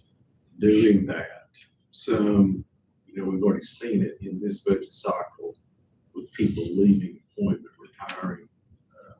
That would be constituted as a cut. Saying that at that level, and there's a lot of variables that would affect that because I don't know who this affects and what insurance they carry. So there's different costs for that. So just roughly $1.7 million, what I came up with. And as you see, even the best case scenario, that does not get us to what we project our start is in the deficit. Now, again, those real high level, I feel like there can be diving deeper into that, some additional reductions. And then it would be up to the board. And I was just looking at who we have, internal, as far as personnel. Some of the things that are funded that are not mandated would be at your discretion. Do you want to decrease those amounts by a certain percentage? So those would be additional cuts. So we know we have a lot of ground to make up. And Karen's point that we're behind the 8 ball. We've got to try to get in the best position to get back solved. To follow up what Andre's saying, what we've looked at is we were looking at if there's not an equalization of this rate, if we leave our tax rate at 69 cents, and you've got the projections here, if we don't do anything on the personal property side, which we can, and we've got a projection for that too. If we only leave the tax rate at 69 cents, we are still 3.5 million, 4 million, 3.5 to 4 million short. Which, to me, looking at it just from high point of view, is if we leave at 69 cents, we are still $4 million short. We have to cut $4 million from this budget, and we've got to find that. We have looked, like Andre's talking about, a 10% cut maybe gets us to 1.6. If we go ahead and get a few more areas that we've made a list of things that we could look at, might get you to 2.5, maybe pushing 3. That other million is going to be really tough, and that is at 69 cents. And what we've looked at has been a very horrible situation. I've never seen it. I've been here, I've talked to Dolores. We've never been in this situation in the past. And $4 million is not a hard number. I mean, I fully expect that number to grow when I get some more budgets. So I think we started at $4 million. You want We to can't resign? run status quo. It's gonna be painful. We're gonna have an RRF. There's no way around that. I know nobody wants to hear that. We can't operate with less and less people. We just can't. There's no way. I'm sorry. We just can't. Nobody wants to hear that. I'm missing something. That big spreadsheet you sent out a week ago, I had that if we kept it at 69 cents, we would be 254 short. And now this reflects those. I believe that uncollectible that amounts. included an increase in all your personal property, machinery, tools, and everything of 8 cents also. If you're talking about the one he sent out before. Well, the big thing Everything that's was impacting is that did not include what we don't think is collectible. right. And we have to be, we That's want to before get I as put in the strong a number uncollectible as we can. We can take what the levy is, but what's actually collectible. We go on historical. I what she thought I is was collecting. told, I thought I was told that was collectible, that those numbers were based on what Dolores was giving. Now, that was You're using saying the, it's not. that was using the assessments, just the assessments, and I backed out the elderly exemptions. But no, I had not, I kept telling them I still needed to calculate the uncollectible. So I knew it was We've gonna grow. been presented this, I have this, in my where it's showing it. I think we just got this yesterday. Yeah, I just finished this one yesterday evening. So I didn't have that information to be prepared. We Right, didn't have that information. We've worked after hours, coming in early, on the days off. Yeah. To try to get these numbers, and I think it was hot off the press this morning to me on I some of finished these, last night. because every day we get more information. So, but what's happening in a week's time, this number's doubled. We've gone from 2.2 million to now 4 million. Right. You know, and at what point do we say, whoa, this is our starting point? That's the question I asked last week.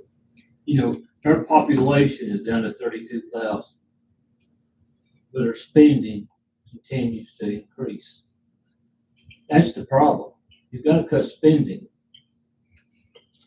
And that's what we're looking at And least it's going for, to be tough. It's got to be done.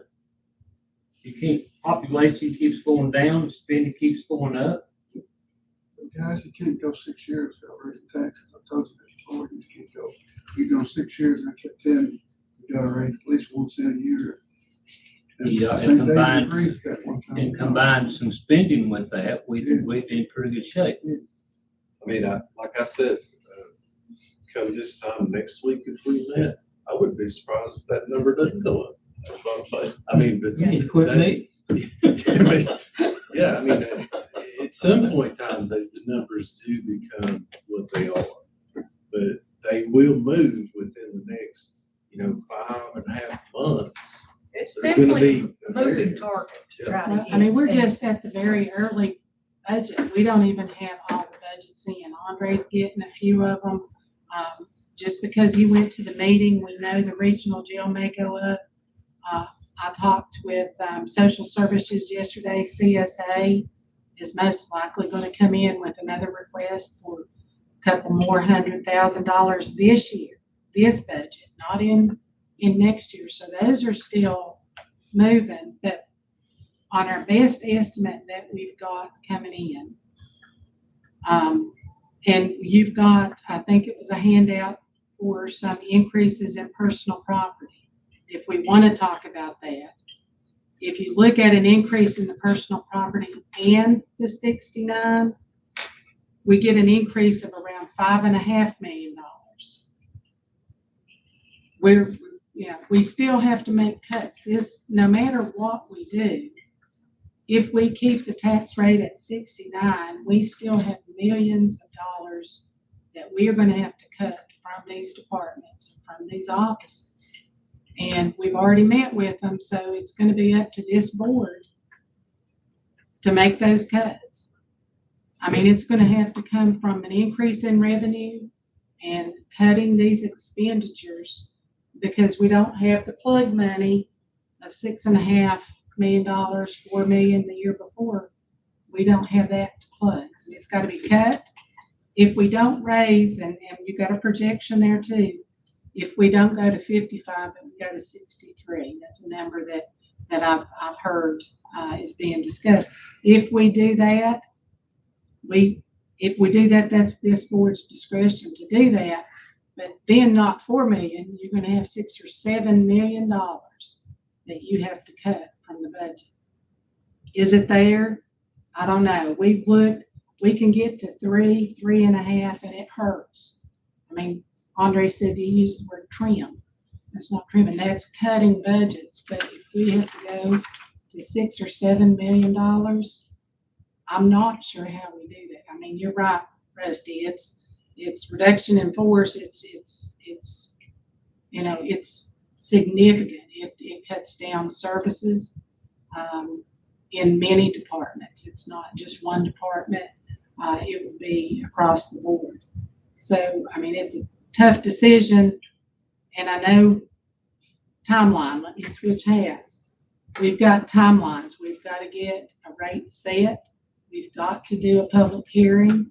We've got to be able to get Doug what he needs to get Dolores what she needs to get the tax tickets out to pay our bills. And, that's kind of where we're at. We may have another week or so, but we've got deadlines. I brought my calendar. We can talk about those. But I think what we're looking at, we actually looked at scenarios that go above 69. If we go above 69, we still have cuts, but not as significant. They can be cut over maybe this budget and next budget.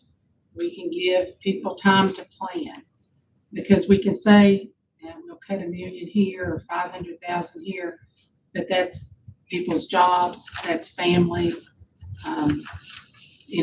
if we're saying we're gonna make this decision before we adopt a budget, we won't have a budget until June, late June, if we're on normal course, to say, okay, January 1 or July 1, you don't have a job.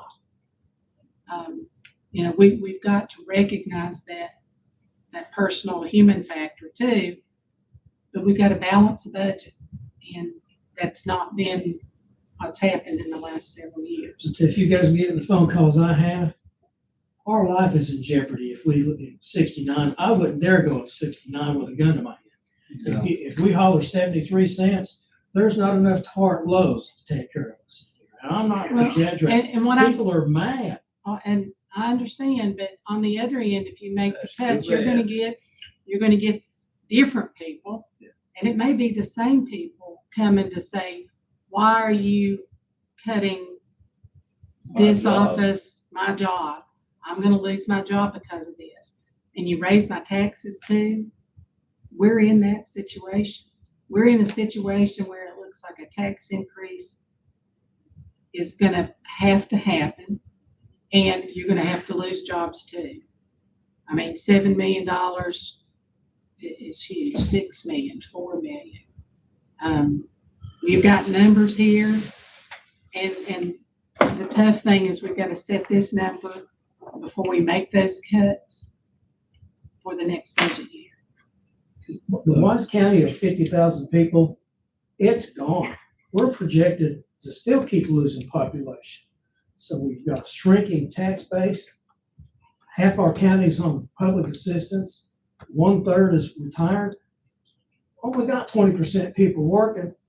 I mean, where does it end? I mean, we can't take every dollar everybody makes. We'd still be short.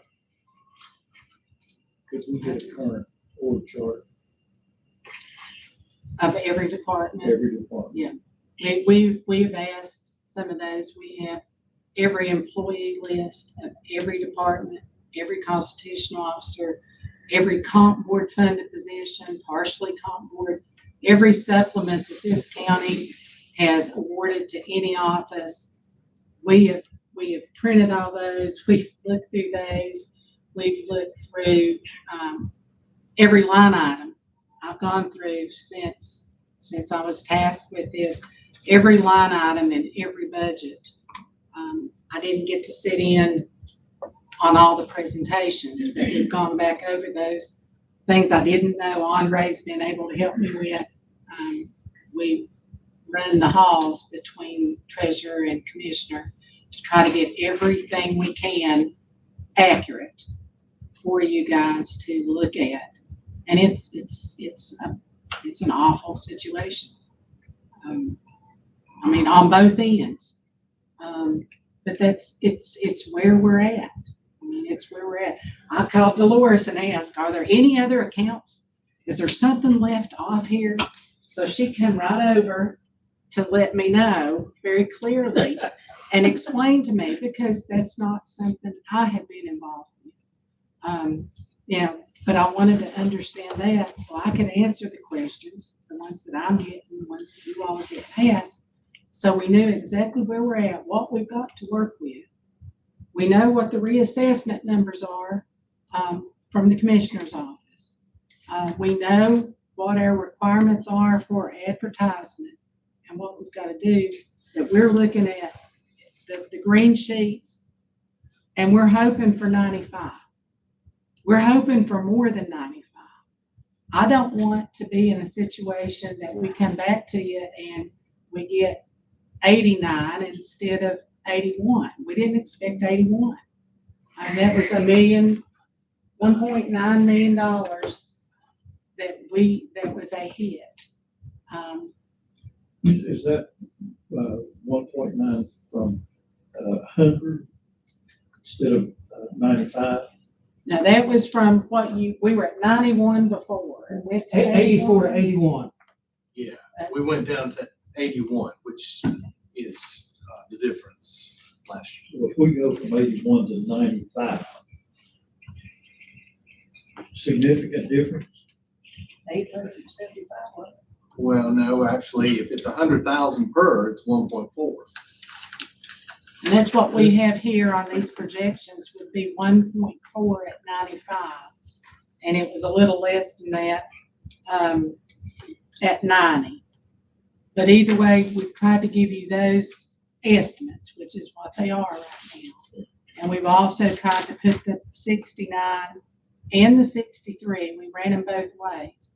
But if you got to remember, if we go down from 69 to 63, that affects that public service court number 2. It doesn't stay at the 1.4. So I think that's the 800. It's going down 100,000 per penny from 69 down to 63.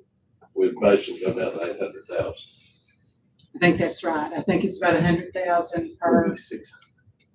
It will go down 600 and you got 600, the so 6 for 800. 14 is 800. Oh, I got you. Yeah, I see We what you're saying. budgeted 800. And that's what, maybe you all included in what you did yesterday, but what I had prior to that didn't include that 800,000. Yeah. So I think that, in my mind, that's 800,000 that we can add. Now, if it was added yesterday, that's different. Well, it's added in the handout sheets. Yeah, but it needs to be added in what our totals, what our revenue. Well, that's what we've got here on these. It shows the revenue totals at 69 and at 63 based on the commissioner's reassessments. And we have it also run at, if it's 90% versus, Those numbers match this sheet, right? yes, we Yeah, looked at that's what those you this gave me. morning. Yeah, and that's what I calculated and We've collected looked the at rates it, on. if the public service corp is at 95 or 95%. Now, you also, what I have here is also a suggestion for personal property increases. At personal property, so I think you've got that handout, and we've not really talked about that, but there is some benefit to looking at the personal property increase, which will get, I guess, a different group maybe that helps participate in this, in our deficit. So we've looked at that. And if that were to come to pass, that is an estimate, $5.5 million. So, if we've got that, we still have to make cuts.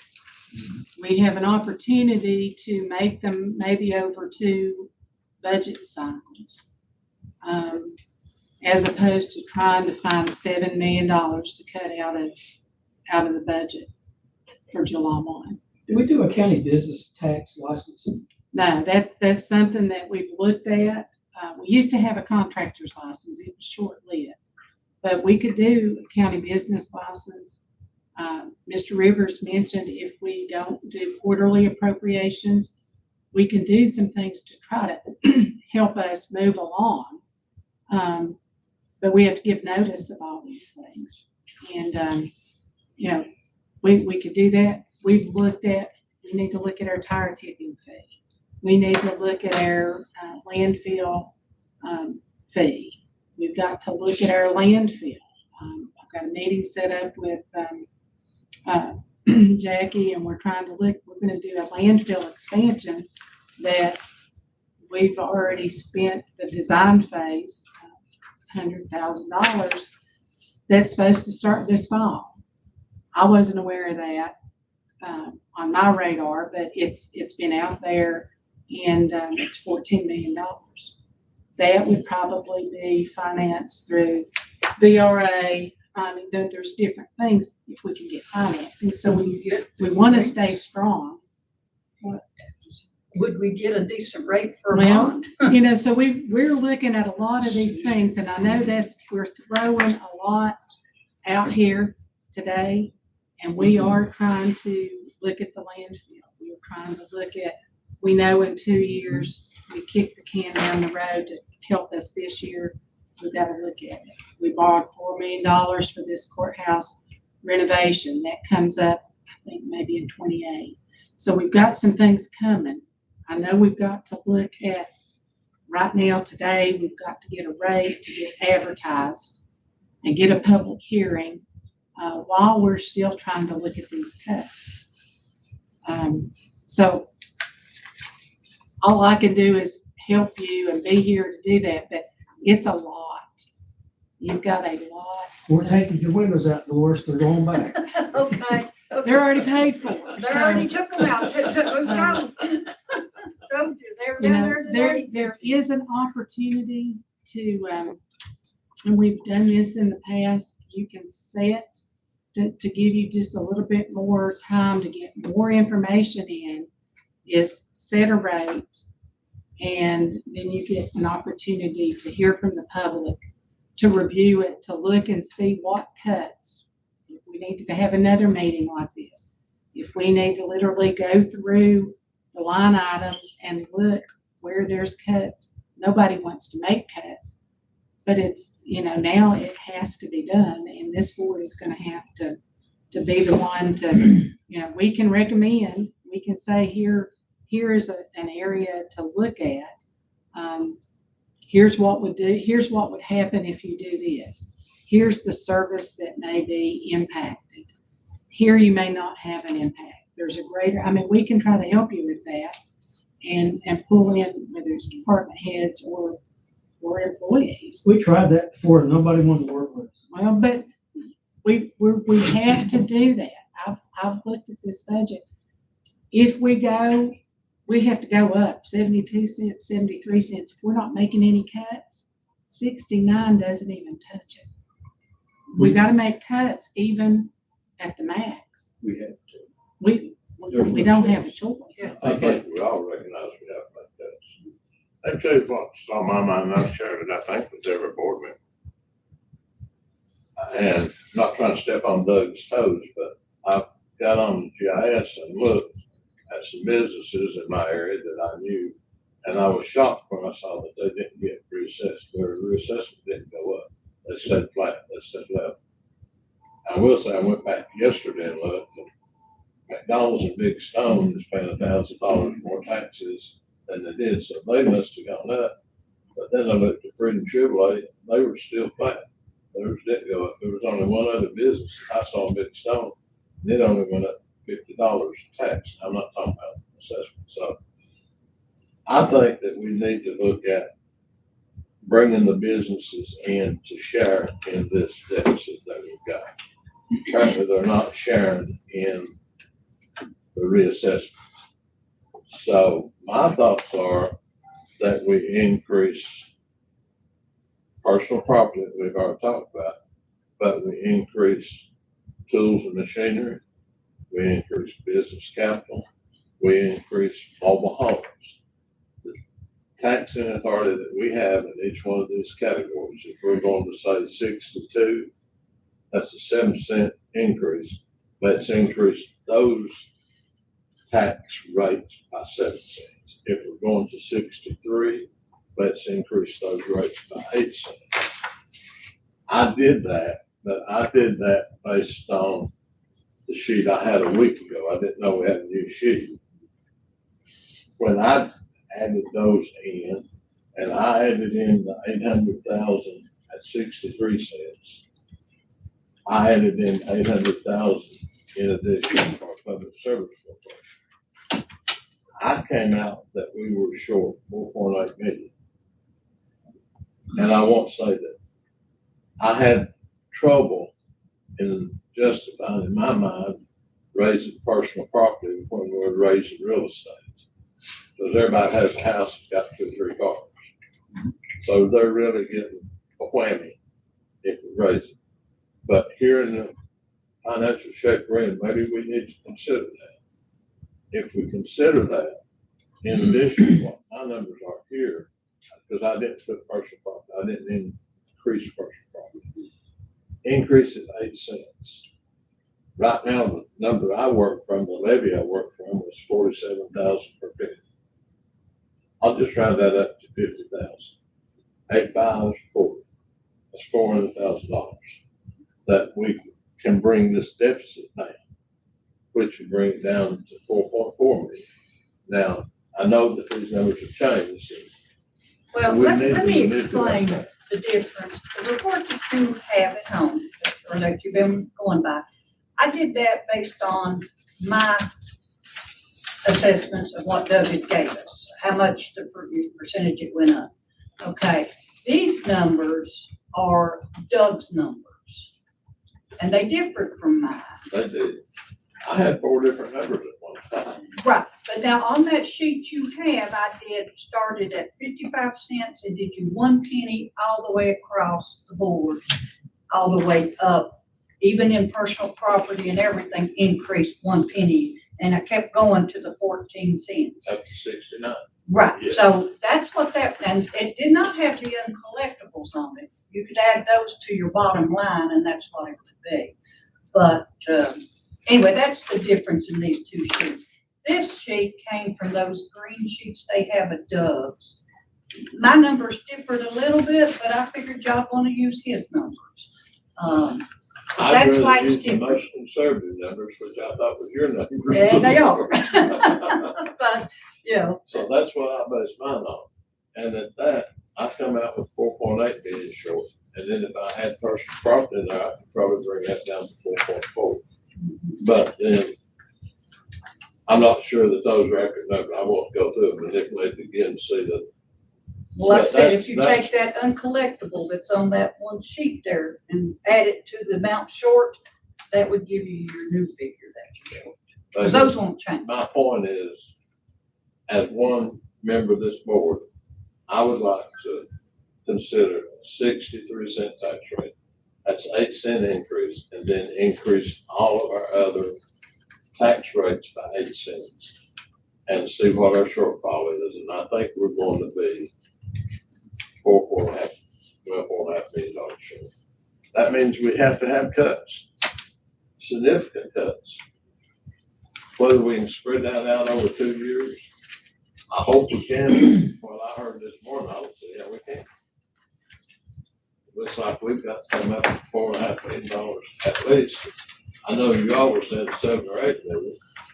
Maybe I'm too concerned. But there's gonna have to be cuts. But we can't put all the burden. I, as one person, will not put all the burden on the taxpayer. We're gonna have to share it throughout the county with all the other departments. As I said a week ago, once we set a tax rate, we know what our revenues are gonna be. When we start sitting down and working on the budget, we're gonna have to say to each department, this is the amount of money we get. It's your decision how you spend it. I'm not saying cut or add or whatever. You make that decision. It's gonna be cuts. It's gonna be doing more with less. The way I can explain it. I think I know Doug and of course, I know y'all know how bad it is, but probably wouldn't hurt to have the department heads in again and let them know that we're not playing around. This is bad, and if they can make any cuts or anything they can do to help us. Last time it was, we can't make any cuts. And they walk out the door. Now, one thing that I want to add, I forget who I interrupted, but if we increase personal property by 8 cents, then that's going to help revenue this spring. It's going to bring in potentially another 400,000 that we weren't anticipating. So that's a pretty significant amount of money too. So those are things that I would like to look at. I'd really like to see hard numbers on a piece of paper with that. I don't know if we can do that, take a break and do that today or what we need to do. I don't like to keep pushing off setting this tax rate. I think we need to get that done, let citizens know what we're looking at, what we're raising and what we're not raising. Well, That's my thought. if I could make a suggestion, we can probably take a break and pull those numbers because we've got the 63. I've got the personal property. Dolores has already run that for Penny. We can verify those numbers and look and see what the shortfall is. Is it 4.5 million? Is it 5.5 million? Right. Or 7.5 million. Again, with that, and I think, and I appreciate Mr. Boardwine's comments, I don't think that you're going to be able to get anybody to come in and go, I'm going to cut $500,000 here. I'm gonna cut $1 million here, I'm gonna cut 100,000 here. I think it's, Then we'll have to do cut. I think it's gonna have We're to, not gonna cut, we're gonna give them numbers. This is the amount of dollars you have to spend in 27. You set your budget. right, but we realize that is gonna cut people. Yes. And, you know, we don't decide which people, but if we're gonna say we're gonna cut your budget $1.5 million, we're gonna cut your budget $100,000, we're gonna cut your budget $50,000. That probably is not gonna affect just your operation, that's people. And I think that's where we're at, if we're at. If we raise taxes, that's people too. Exactly. I think it's on both ends.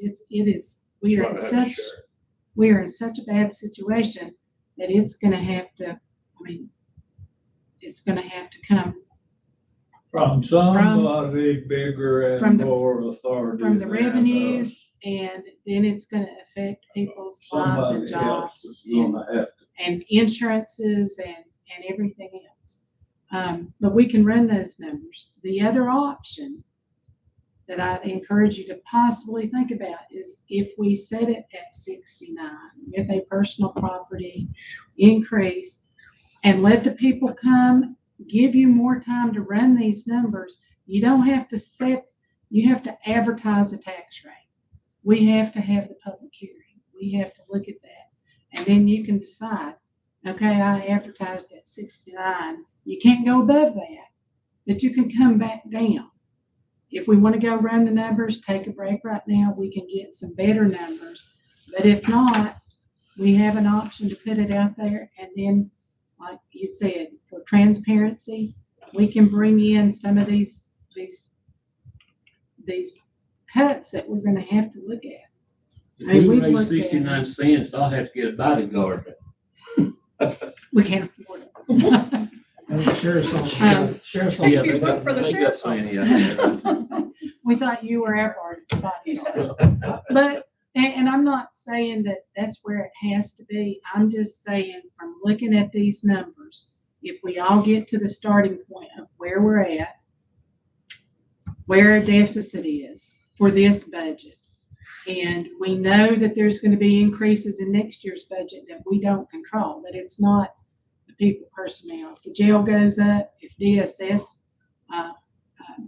Comprehensive Services Act monies go up, we know that C&W is going up. We're trying to work with PSA.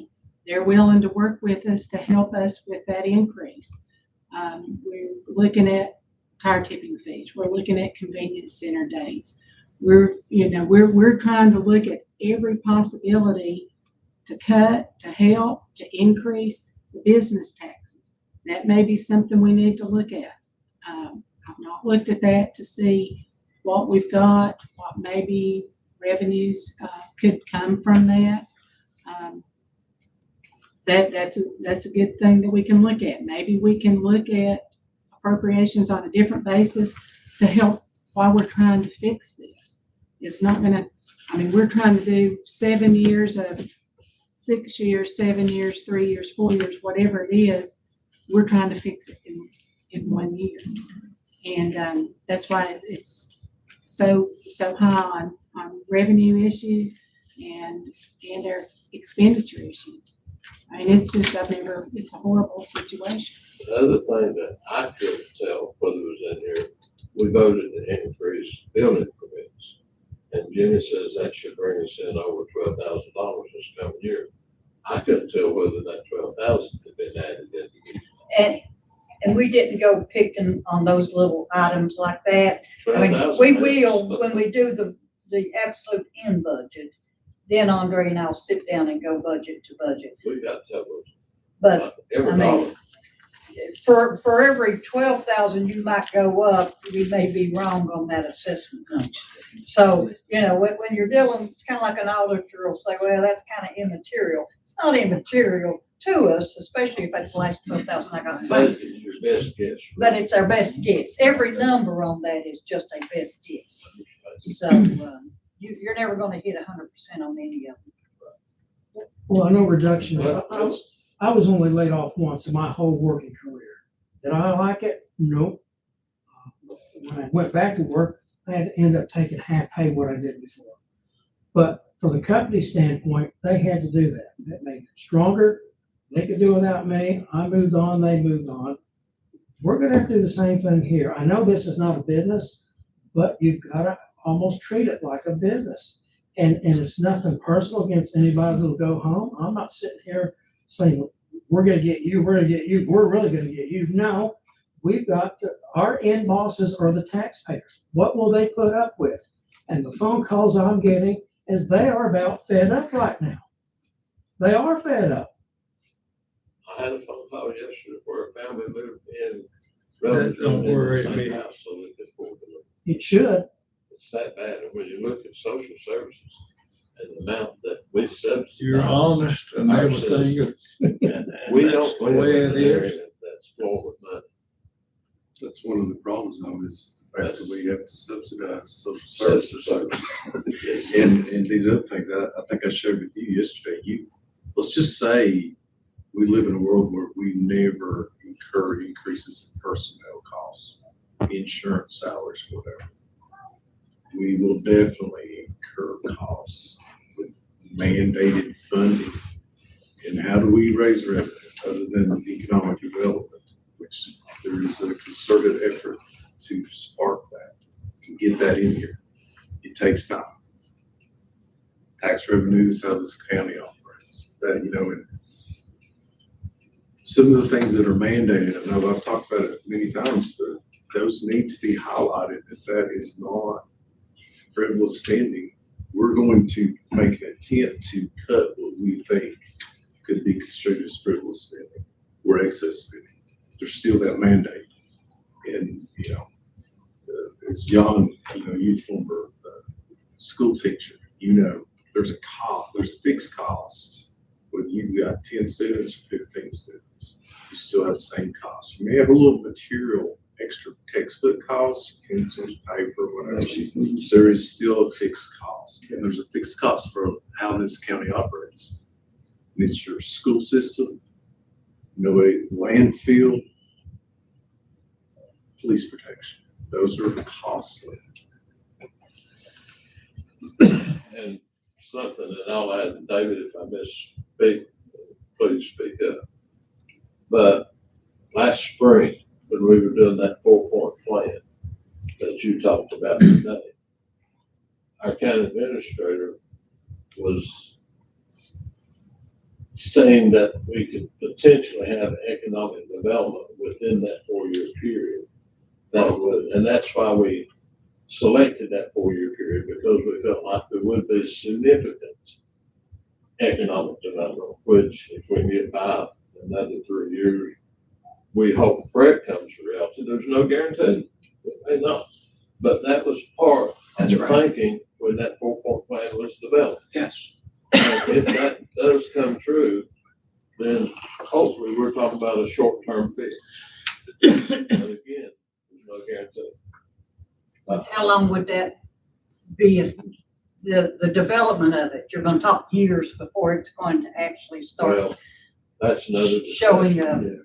And I've got different answers on that. I don't know. Depends who you talk to, Lord. I would say, minimum 4 years to, 5 years to build a building. I mean, time you start taxing it and collecting and, you're talking a few years. It's this board's obligation to set a tax rate and balance a budget. And we've all talked about it. There's not been a tax increase for several years, but the budget has continued to go up. And, so we've not done those things, and now we're here.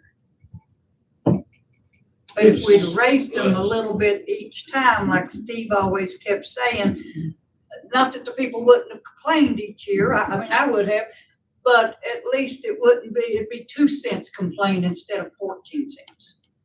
And now, by going 8 years at 2 cents, it's gonna be 16 cents that we should have raised, because we've already raised the expenditures to cover that amount. Because inflation's probably took at least two pennies each year.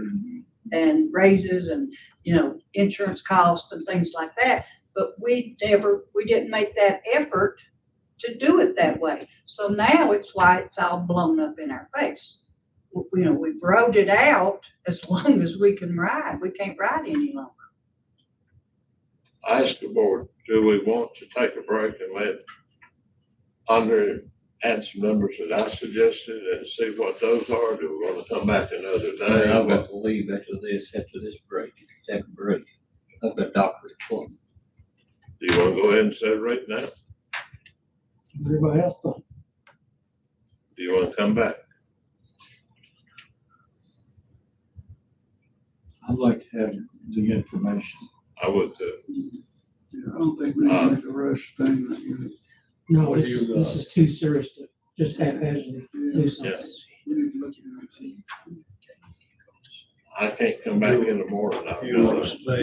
I'm gone out of town tomorrow and Friday, so I'm out. Say what? I'm gone tomorrow and Friday. Sit one day next week. Tuesday's the quickest I can do something. Say what? Tuesday's the first open day I've got. Tuesday.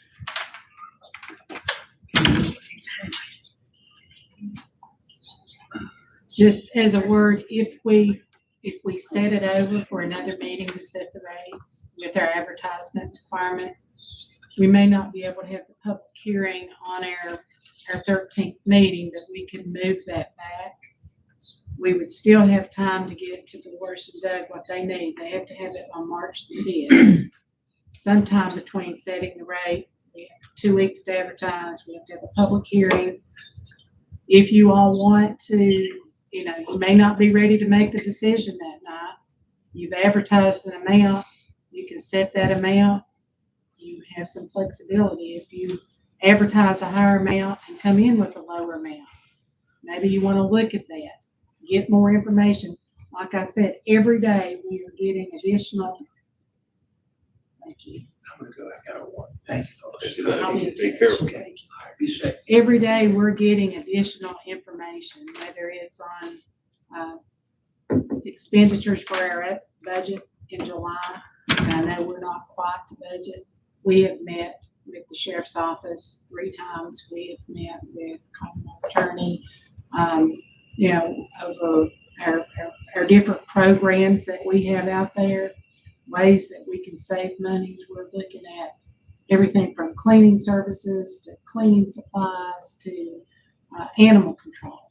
So we are really, trying to beat every place we can get or save a dollar, and trying to find out what's going to go up that we don't control. So with that being said, you'll know more on the date of your public hearing than you probably do.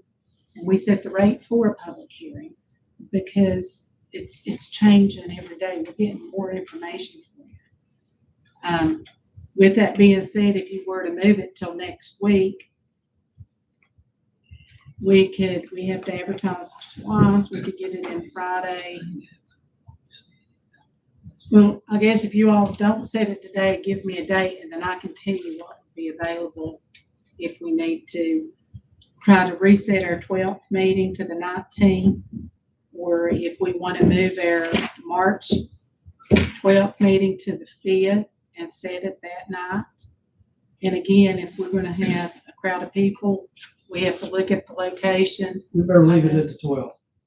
If we need to see if We there look like is. we're dodging people. We changed the night. Okay. I can meet Tuesday afternoon, or Tuesday morning. Everybody else's schedule. You're talking about the 3rd. Yeah. We should look. February 3rd.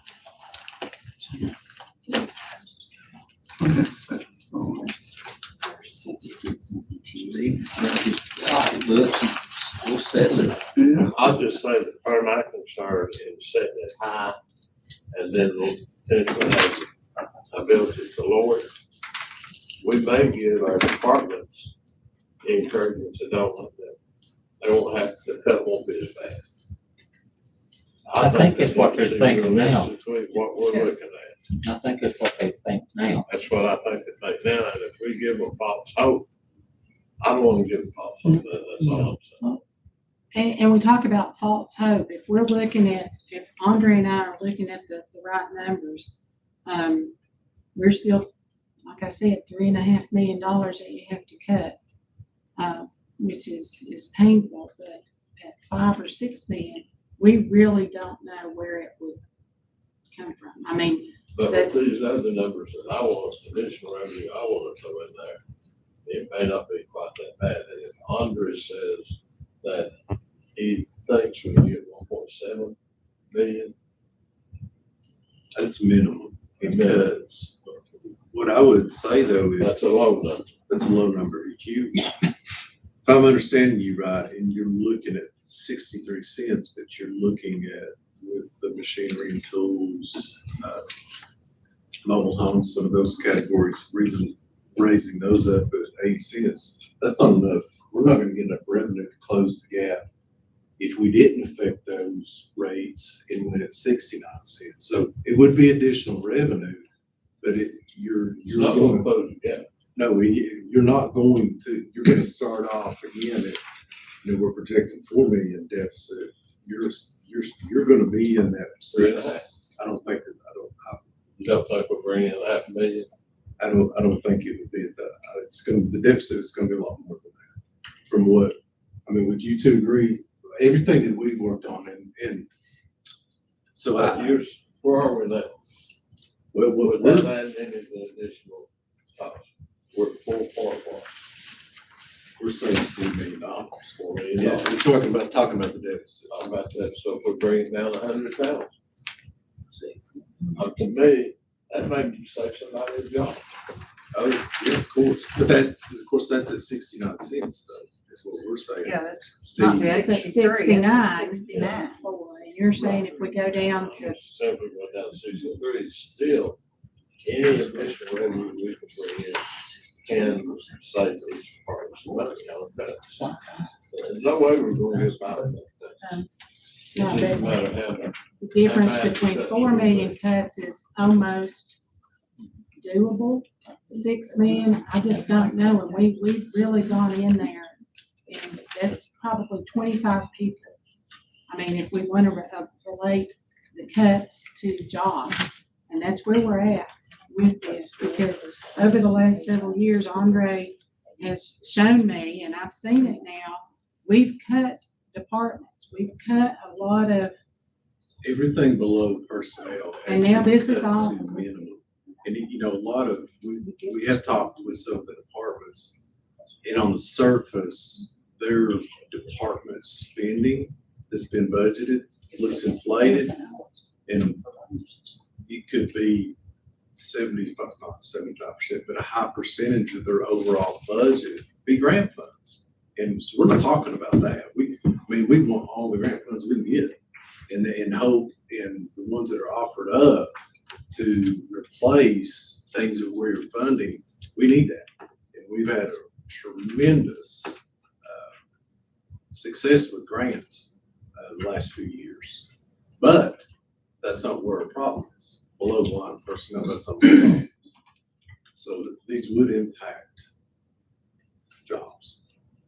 And so what we've looked at is funded versus unfunded. And that's kind of where you're looking now. And then, we've had some discussions, and some of the departments that we've talked to, and we've seen it here in the courthouse. You're going to achieve that through attrition, so let's retire. That's hopefully where we can grab a lot of it. And that's, I think, any company's goal is to do that without the least impact on human life. Because it's a big thing. Probably everybody in this room has been through that. I've been through it twice. It's not good. So, yeah, that's the goal, is to the biggest bang we can get with these cuts with the less impact that we can have. And we're trying to be creative on all options. So, but, I didn't mention the school budget. What I'm seeing right now, and I think it changes because it's government budget, there's an increase in funding next year. And, it has been said the composite rate index to go down. It went down so slightly, it's not going to affect it. what's driving it is this school enrollment numbers. That's what drives your numbers. And so, that's not even factored in here. And that's several $100,000 potentially. Could change, don't know. That's why I said this $4 million is a moving number. And most likely it's not gonna go in the direction we want it to. It's gonna go up. Andre, I appreciate those comments. But we've also got to look, we're concerned about personnel and cuts here, but we've got to look what this tax rate is going to do with our citizens. And we've got citizens that are struggling. So that's where we have to draw the line. We've got to make cuts here. So I think everybody here definitely 100% would agree with that. And worse, but I think the position is there's going to have to be really significant cuts. But there comes a point in time too where how do you operate? And there is a limit to what those. I mean, she has to have people that bill tax notices and collect it. He has to have people that do the assessments.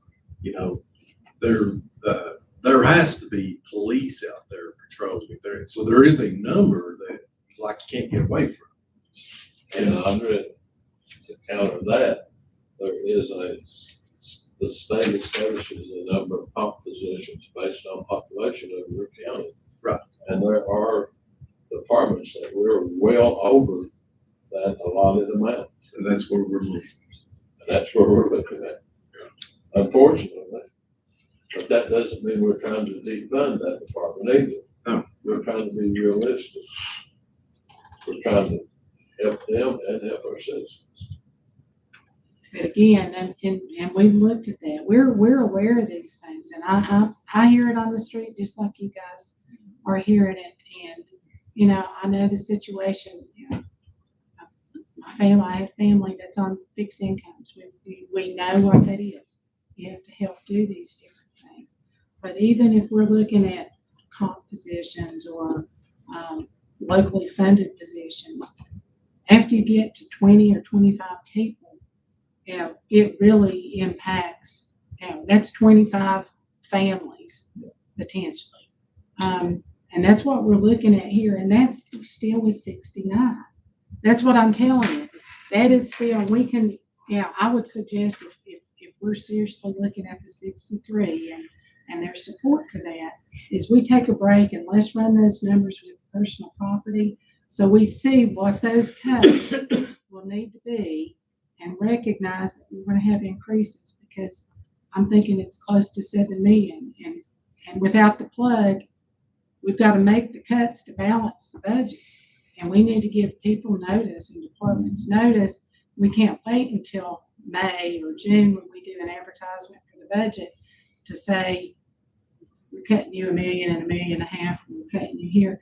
And these people are then going to be laid off. I just think we owe that not only to the people that are paying these taxes, but the people that are going to be part of these cuts, because we know we're going to have both. And where is that?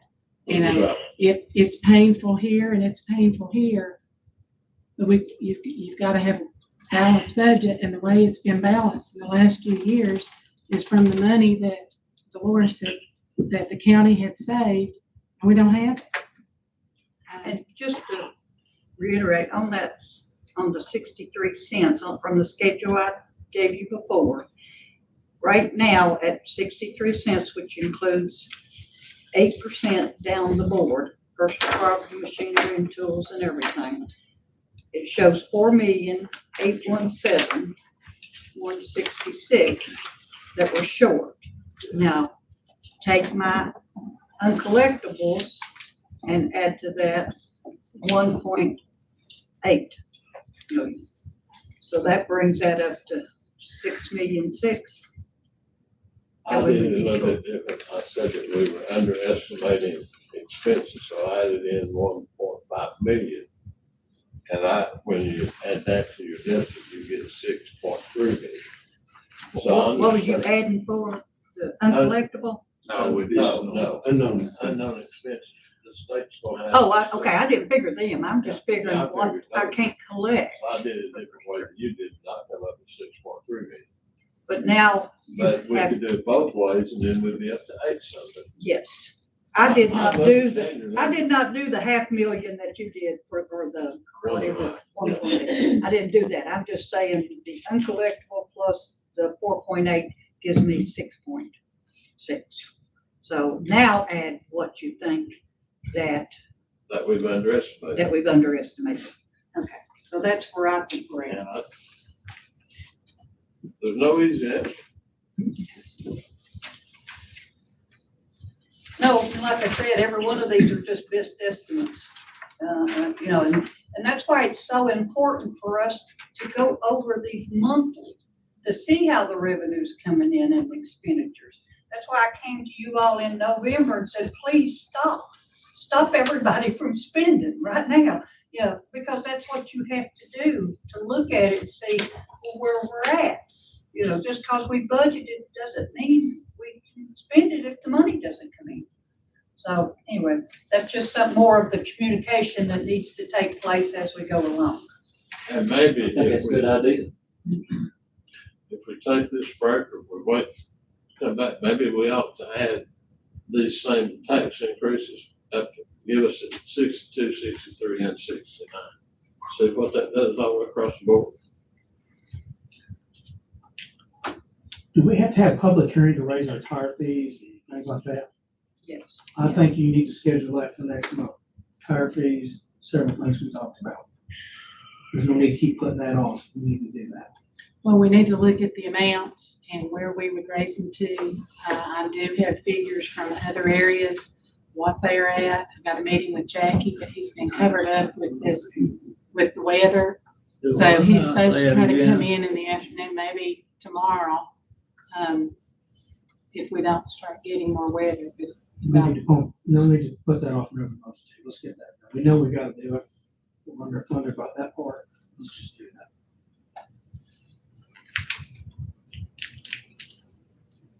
And clean. Maybe, Clean. let me make a suggestion. Maybe, and I know that Rusty has brought us a potential job description to post and start advertising the county administrator position. And some of us have only seen it right now for the first time. So maybe we want to recess this meeting again till Tuesday the 3rd and add that to the agenda and have these numbers more concrete and keep us informed. And I personally would like some spreadsheets sent to me every time we get them revised so I can kind of keep up to date where I think we are and what we need to do. Can you work on that too? I mean, I know that you stay pretty busy, but maybe if you've done a lot of good work right there, maybe as time gets closer, you can. That's why I want to see their figures. I was doing something on what y'all figured. if we want to, So I know that working is good. Becky's gonna go ahead and check and call the post. We have to have 2 advertisements a week apart before the public hearing. I don't know if we can get it in on the 5th and our meeting's the 12th. That's We why have 2 meetings. they have 2 advertisements. That's without moving the February 12th meeting to the 19th. And let me say there, talking about my personal preference, once we have the public hearing, I'd like to wait a day or two to absorb, digest what these people have said to us before I set that right. So I don't want to say it's the same night that we have that public hearing. So if it's just a day or 2 days, then I'd like to have a second meeting. You talked about a second meeting. I'd like to have a second meeting once we have the public hearing. And we have a couple options with that, to either set later in February, or we could actually move our board meeting on the 12th up to the 5th, if we're interested in doing that. And that gives them the time they need to get it out, whatever we adopted on the 5th. March 12th meeting pushes that time period. So we'd recess the 5th to the 12th. We could either recess our board meeting in February to the 5th and then still have the 12th.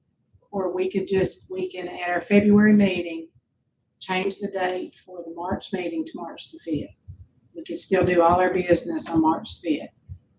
Becky would just have to get our packet ready, pretty quick after our February meeting. Or we can just have it on the 5th. Cause we've done that before. If you remember, when we get to budget time and we're having budget public hearings, sometimes we'll recess a meeting, sometimes we'll move the next meeting to try to meet those advertisement dates and our public requirement dates. Make sure we publicize this to all ends of the earth so people don't think we're trying to hide from them on the 12th. Well, I'm checking right now to see if we can keep Honestly, the I mean, 12. Facebook, every paper around, we need to let people know. And again, if we're gonna try to find a larger place, we'll have to check around to see where we would do a meeting if it's not at the school board office. And that would have to be set by the board and that would have to be advertised too. So we need to, when we set this rate, we've set a public hearing for the 12th right now. We just don't have a rate to go with it. But we may have to change every bit of that if we're gonna go to a different location because it's set for school board office. If you remember, it was last year that we had a meeting and we went into the school board. Yeah, back then, back then. And the people that were gonna raise taxes, and it was absolutely packed. Now, one time we did it, it used to be J.J. Kelly, we had an auditorium in Central. I remember that, we had crowds that We filled were up. up on the stage. Yeah, we was on the stage. We can look, I don't know if primary school or if we'd be talking about central, we can look and see what options we might have. They would be at the high school, because middle school, primary, all that don't help. Yeah, they don't have this. No, Auditorium. it's better to do it at the auditorium. We can reach out to do that, but Because we're you got trying, sound system, everything there. do we want to take a quick break and are you good with the numbers now? Are they I think maybe we need just to reset the meeting? wait till she comes back and find out about the advertisement. Then I thought so, let's recess to the 3rd. And if we're gonna Fred, are still, you okay with the 3rd? Yeah, I'm okay with the 3rd.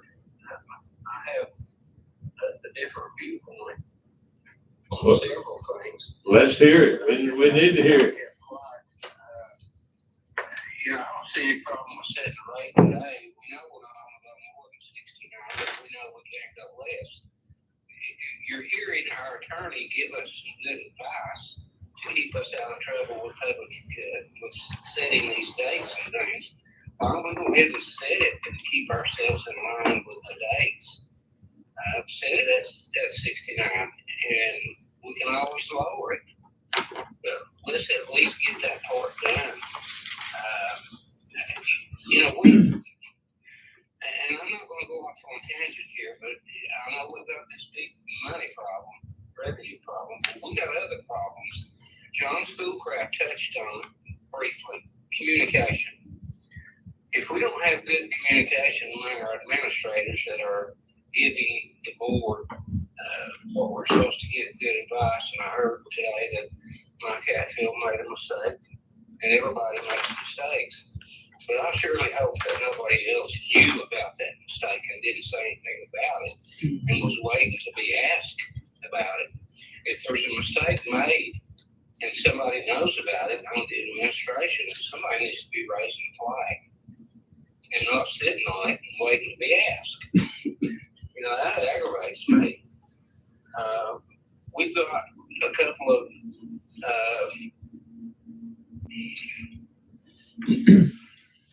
areas there at the county that are flush with money, flush with employees, flush with this, and flush with that. We're talking about making cuts. We're gonna have to do that. And in lieu of the board going down and say, we gotta cut this, you gotta cut that. I heard someone say today, and maybe that might have been JH, See, we're gonna say, this is what you've got to operate with, make it work. It's very simple, you know, I brought that up some time ago about zero budgeting. It's similar to that. Guys, we gotta get a grip on the reality. I don't have a problem at all with setting that tax rate today at 69, with the knowing that we can lower it after we get these other numbers. But for Pete's sake, let's not put more pressure on ourselves with dates and things, trying to squeeze all this stuff in. Let's just go ahead and buy the bullet and do it. That's my thoughts. We're trying to find a bunch of dates. Let's just do it and move on and do what we have to do with listening to these other figures. But guys, there's going to come to an end point. We cannot keep throwing caveats in the mix. We've listened to Davenport. We've listened to the treasurer. We've listened to Doug. We've listened to Andre. We've listened to Karen. Every one of them are saying and telling you what we need to do. And JH, I appreciate everything that you've done. I do. But we cannot keep throwing curveballs at what these professional people are telling us that we need to do. That's all I got to say. I appreciate that, Fred. I don't consider it a curveball. I'm just thinking about our citizens out there. We passed that over and over and over too. We still got to do what we're going to do. I understand that too.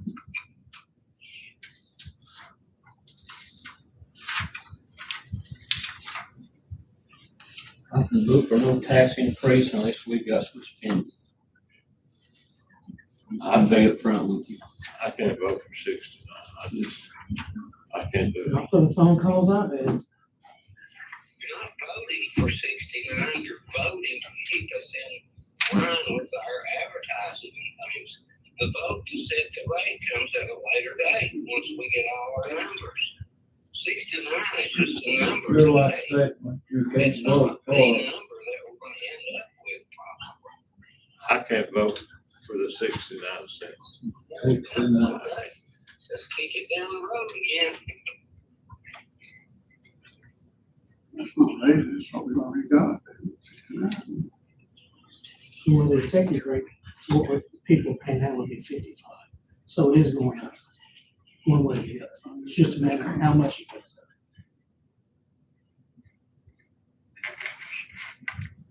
I'll go along with whatever the majority decides to do.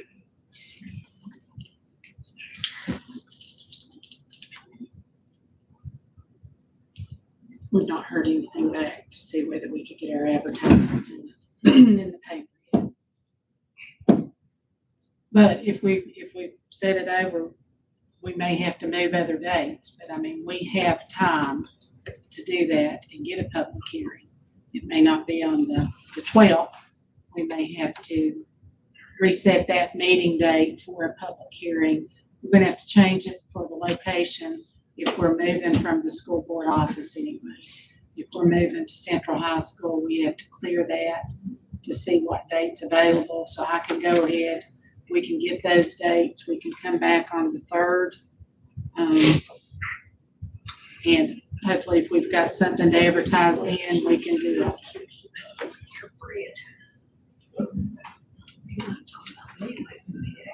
Several folks, citizens have told me, explaining out how it goes, that they understand that the situation, we're gonna have to go up. They're saying they want to see cuts. A lot of them are saying they can live at 62 or 63 with significant cuts. I haven't had anybody yet tell me raise it to 69, and I'm not exaggerating. Nobody wants 69 that's been in contact with me. They wouldn't settle for 62 or 63. Yeah, you get that. And I understand that and can appreciate, I mean, I don't want my taxes raised either. But you all have to balance a budget. And you have to balance a budget. There's got to be a fix. All of this, yeah. And you gotta And I cut. won't vote for this or that. You've got to have a fix for the budget. And to talk with what the 63, I get it. You have to have cuts even at 69. Yeah, you got that. But at 63, if you've got to cut $6 or $7 million, then we need to sit down and look, because you got to do that, because you got to balance the budget. And if you're going to set it at 63, you still got to balance the budget, which means $7 million of cuts. And we can get the details on that. And that's with no increases. So that may be 8 million. And that's what I'm seeing. That's what I'm shocked. That's what I'm seeing. I've reached out to get additional information to see if that is exactly where we're at. I've looked, and we've already talked to the school board, we've talked to the sheriff, we've talked to the commoner, we've talked to everybody we can to say it is really bad. And when I say really bad, it's the worst we've ever seen, but you still got to balance a budget. So When if you it's don't all raise- said and done, you gotta balance. And all I can do is say from looking at it from my perspective now and stepping into this position, going through these budgets, I wouldn't want to be you. I mean, we're in a position that no one wants to be in, but you've got to balance the budget. And if we do 63, 64, 8 cents, we've got to be prepared to make those cuts and not just say we've got to cut. We're going to go, because you're going to get hit up by the people who say, this is my job. I've got 3 kids. I'm going to lose my insurance. I can't find another job. I've got a house payment. I've got a car payment. So those are the other part. And we're not really hit there yet. Those people are not all calling you yet. Yeah. When you say you've got, all these jobs, that's going to happen. And I'm not saying do one or the other. I'm just saying at 69, you still got some serious decisions to make. The school board, sheriff, all these, what's their focus with us now? Is it the same focus they had when everybody said we can't do anything? Is there any mellowing now? Is realization hit? Oh, I'm getting cut. It's just a matter of how much now. Do they understand now? I think they're coming to that realization. There's no If they're not there offer now, up, there's no because hope. what they have to offer up are people. And I don't think anybody is willing to say, I want to cut 15 people right now. We've got people that are going to lose jobs. That's where they're at, but it depends on how deep we get into the cuts. And I honestly, and I've said it before, and Andre can reinforce, after you get to 3.5 to 4 million, I don't know where you go. I mean, you seriously go in. You can't touch. Constitutional officers have some protections when they get their comp board funded people. And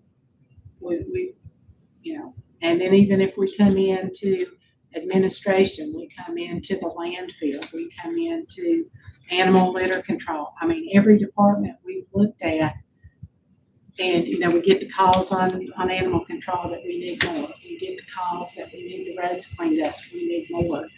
We are running on short crews there and trying to do part-time people.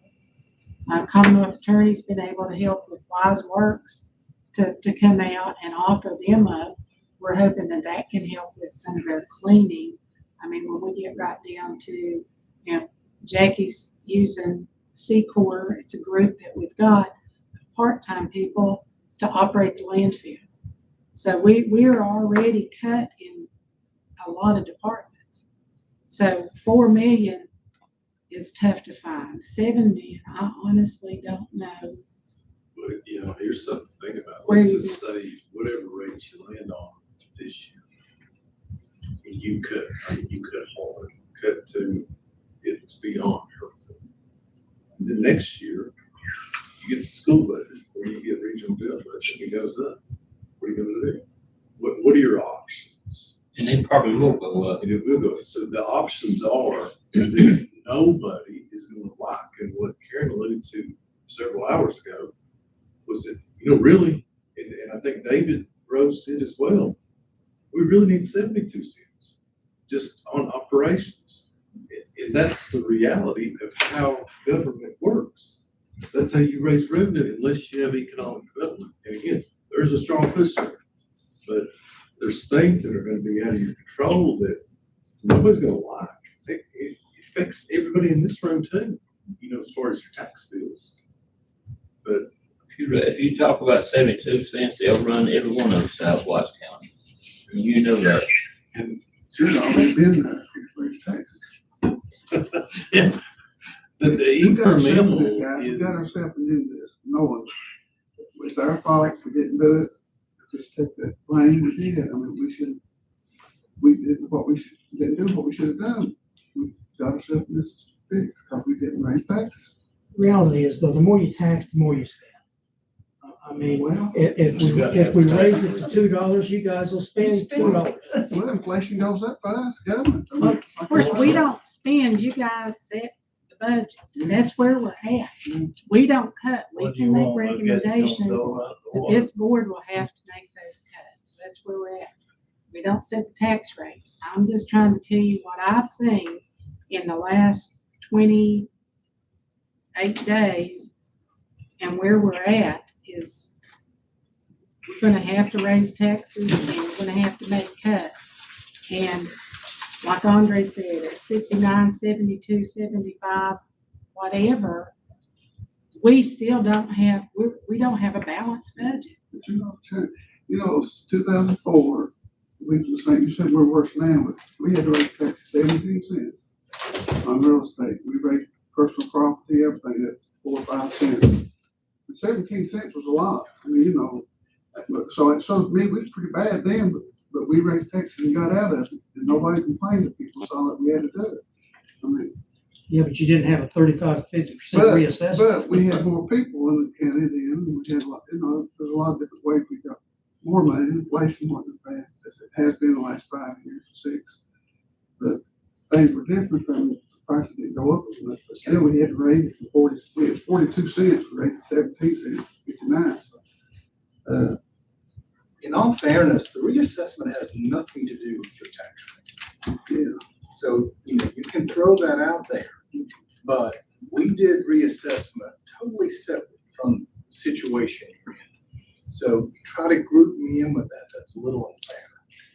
No, The tax rate. the tax rate is gonna have to go up based on reassessment. And you've gotta do that. State tells you to do that. That's nothing. No, it doesn't have to go up. It can stay at 55.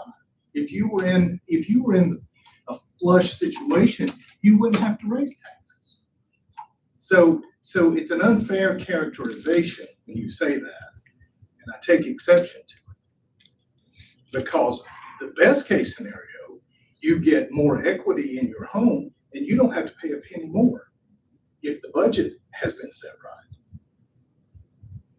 What Steve's saying, and to follow up what Doug's talking about, is if we're at 55 effective rate because of the reassessment, that's what we're looking at, is a 14-cent tax rate.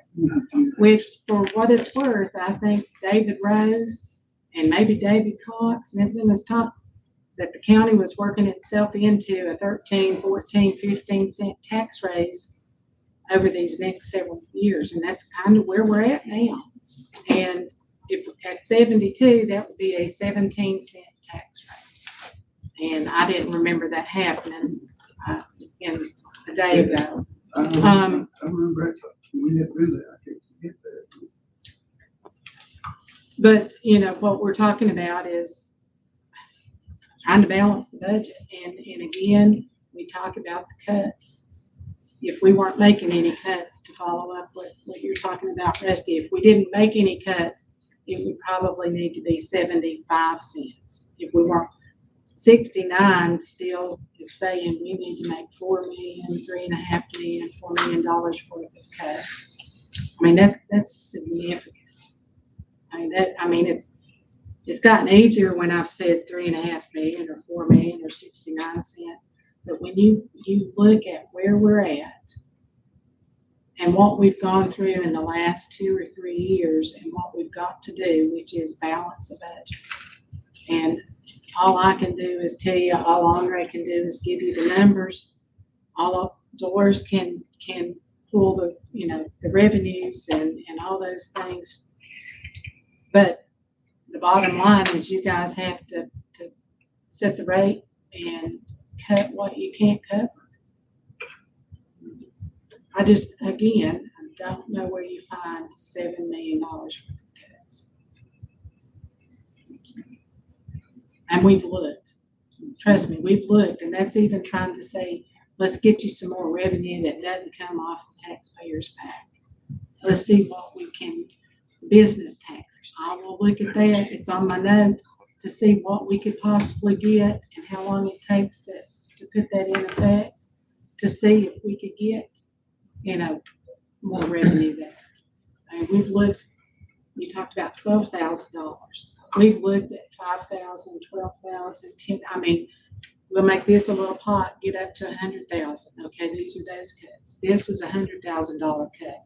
This is 100,000. This could help us 500,000, and we can get to 3.5, and that's people. That's cutting people. You got quite a few people that got $3 million for this. Salaries don't add up that far, And again, I know I'm repeating myself, and I'm not wanting to beat the dead horse, but we are where we're Put at. on better, go ahead and do it. Well, I guess, Dolores, I'll ask you a question. The way I see that we balanced the budget last year was prior year appropriations at $7 million. Do you have $2 million put in there in this new budget that offset that $4 million if we go at 69? Is there any prior year appropriations that we can carry forward to ease the burden on losing people from their jobs? Okay, I'm estimating we will carry over about 11 million, 8 million plus the personal property. Now that is with the rates as they are. So I would carry over 11 million that would be paying the bills for the next 3 months. So that would be a carrying forward of using that money into that budget year.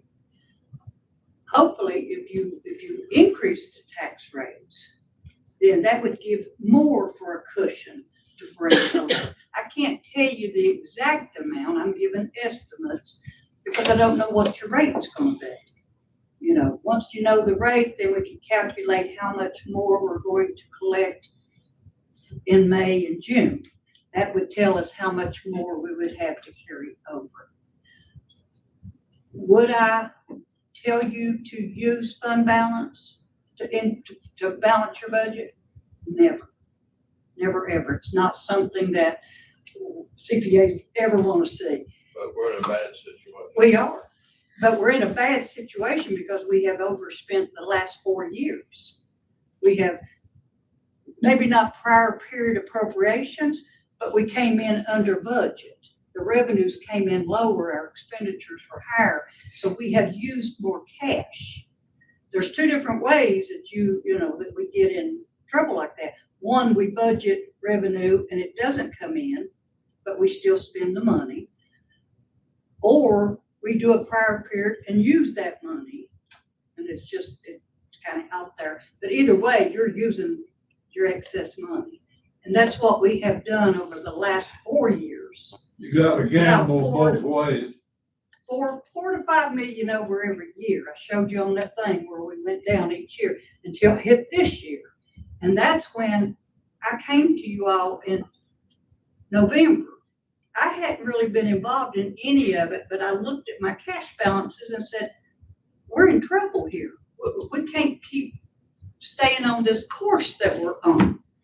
And I know Fred made a comment of waiting to be asked before somebody makes a comment about it.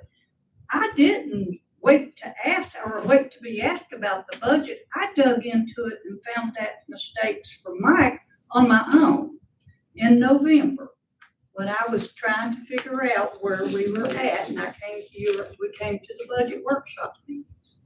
So all of this has just kind of been a flow for me. I'm just kind of been thrown into it when I realized that y'all were spending money way too fast. And that's when I got involved and said, we can't keep going. And I think you all remember that night I came out there. And then I've been coming to every meeting since then with you, telling you where you're at in the budget and where we're on the cash. But like I said, I would say that if we had $1 million extra, I would not recommend you put that in your budget to carry forward. I would say, let that sit there because something might not come in on your budget and we're going to need that for cushion. Because we used to have, 20 million cushion. But you take 4 years, it's overspending by 4 million, that's 16 million. This year we were overspending by 10 million. The 7 plus the 3, the budget was wrong, so we figured 10 million. So 10 plus 16, that's $26 million we've used that I had in the bank. And that's why we are now with zero, and it was because money just didn't come in like it was being budgeted, or we overspent. We knew sometimes we were overspending. So anyway, But if we don't use carry forward money, we potentially would still have, what did David say, 3 or 4 million in debt service. So we could pull $1 million out of that. It's still the same. it's still the same pot Still of the same money. pot of money, It- but We call it debt service or we call it unassigned fund balance, but it's still the same still pot. some of that money, yeah. It's just if we got $1 million in, We can't in pull debt 5 service. or 10 million out, No. but we might be able to pull 1 or 1.5 out. And I would say, yeah, you might.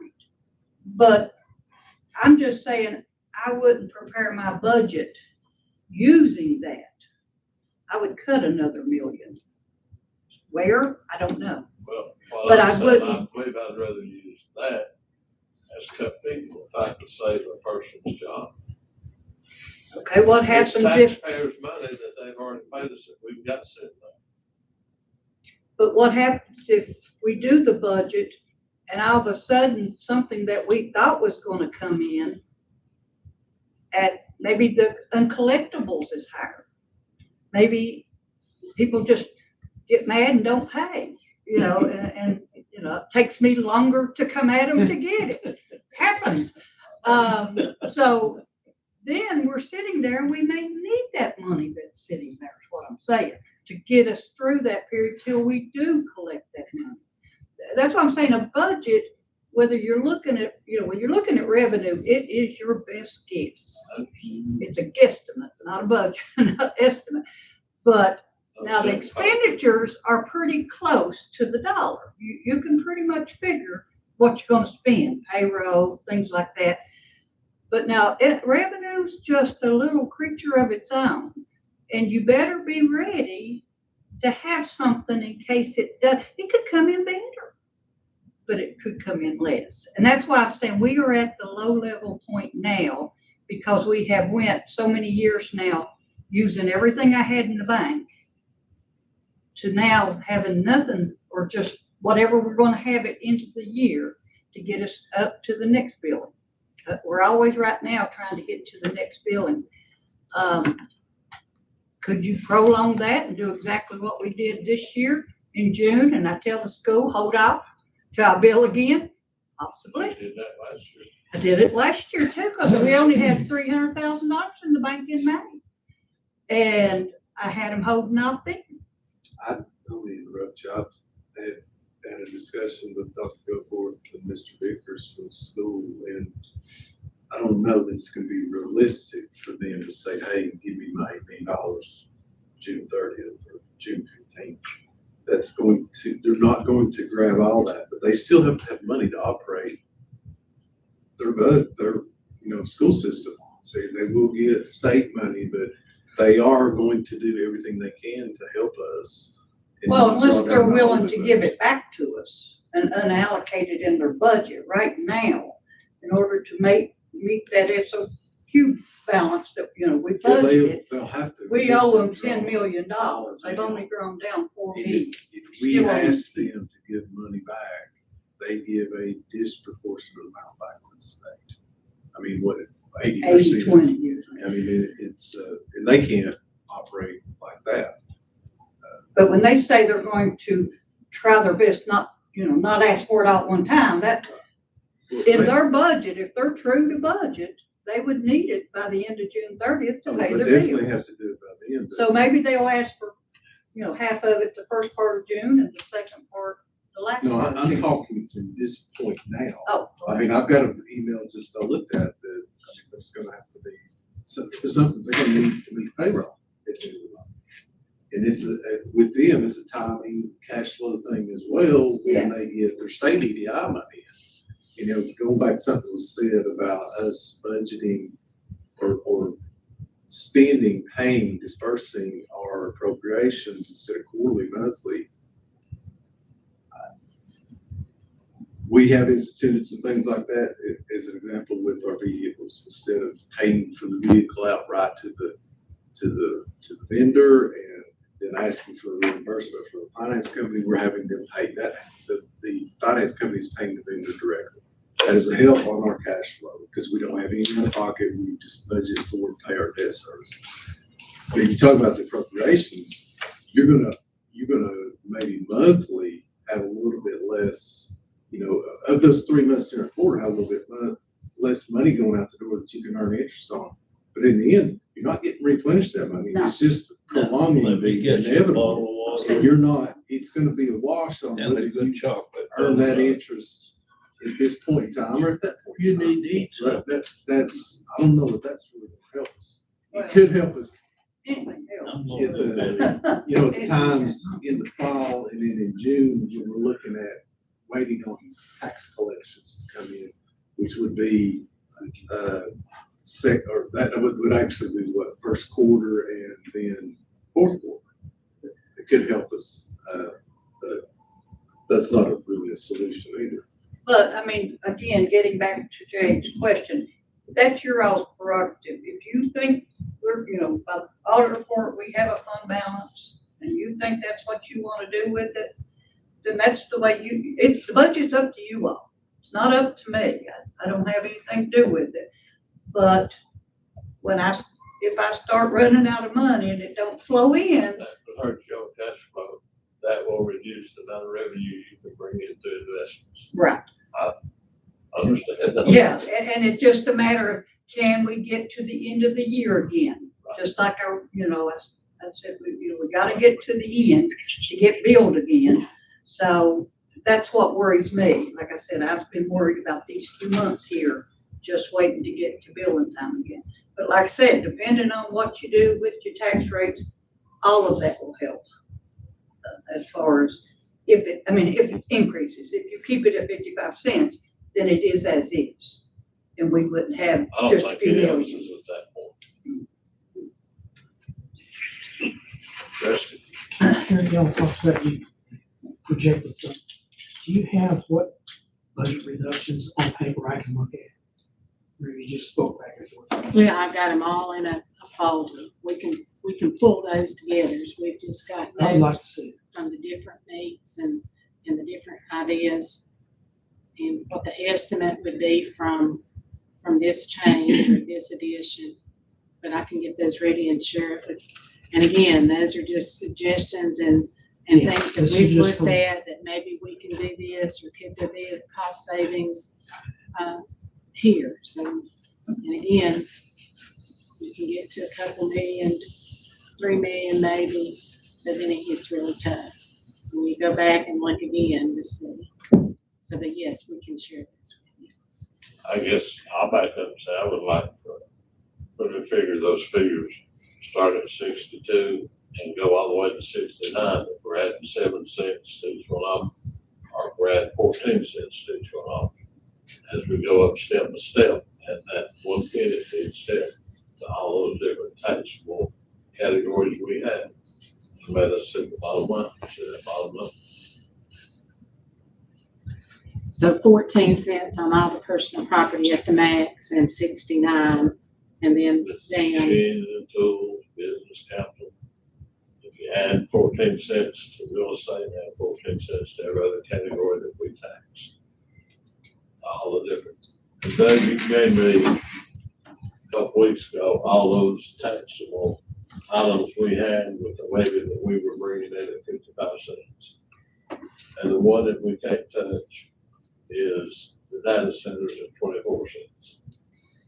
Yeah, that's correct. You have a MOU with them or a special tax rate. And also, you gotta do on personal property mobile homes, they get the same tax rate as real estate. And you do that if you take 14 cents for real estate, Right. 14 cents for mobile home, you're made to meet that requirement. That's right. I'd like to see those numbers, see where that puts us. Say that till I can hear you. You'd like to see us? I'd like to see the table from 62 up to 69 broken down, adding a penny to each category through all of our taxables. Everything that we can add tax to. Real estate, personal property, tangible property, mobile homes, business capital, machines and tools. A penny here and a penny there. A penny to each as we go up, each line item, from 62 to 63 a penny, from 62 to 69, 7 pennies. I like to see it broken down penny by penny by penny. Andre, you can use that one that I was showing that JH has. It has by penny. You may want to go back and incorporate, you carried some of Doug's numbers instead of mine. I used the old assessments or the new assessments and increased it penny by penny. He's got a few different numbers than. And And at 90 and 95, so local ratio at 90 and 95. Especially the Public Service Corporation. yes. That would be a difference of his from mine, because I just did basic. That's all right. increases. Right, and that's where I added in 62 and 63, I added in 700,000 later. So yes. Yeah. That you'd want to do to that other scale. And then add the uncollectible rate for the first year. I guess my thoughts are, Fred, I'm gonna disagree with you, but I believe I want to recess and get these numbers and think about it till next Tuesday. Well, I said I'd go along with the majority of the board. I'm just one person. I've spoke a lot today. Got a lot on my mind, but I'm willing to do whatever. I'm asking the board, what's your pleasure? What do we need to do to make our best decision? Tuesday, right? Sir? Tuesday, get some more information, update things, where you are as far as where we would cut. I can make a decision by Tuesday if I got all that. Tuesday, be fine. Tuesday's fine. Bob? I'd go with you. Tuesdays, Steve? I believe I have a consensus, Fred, that we can come back Tuesday at 10 o'clock. 10 o'clock work for everybody? We'll set it irregardless. 10 o'clock here. Same time. And same time, same place. We are going to continue the tax rate, the budget, and we're going to add the county administrator's job advertisement.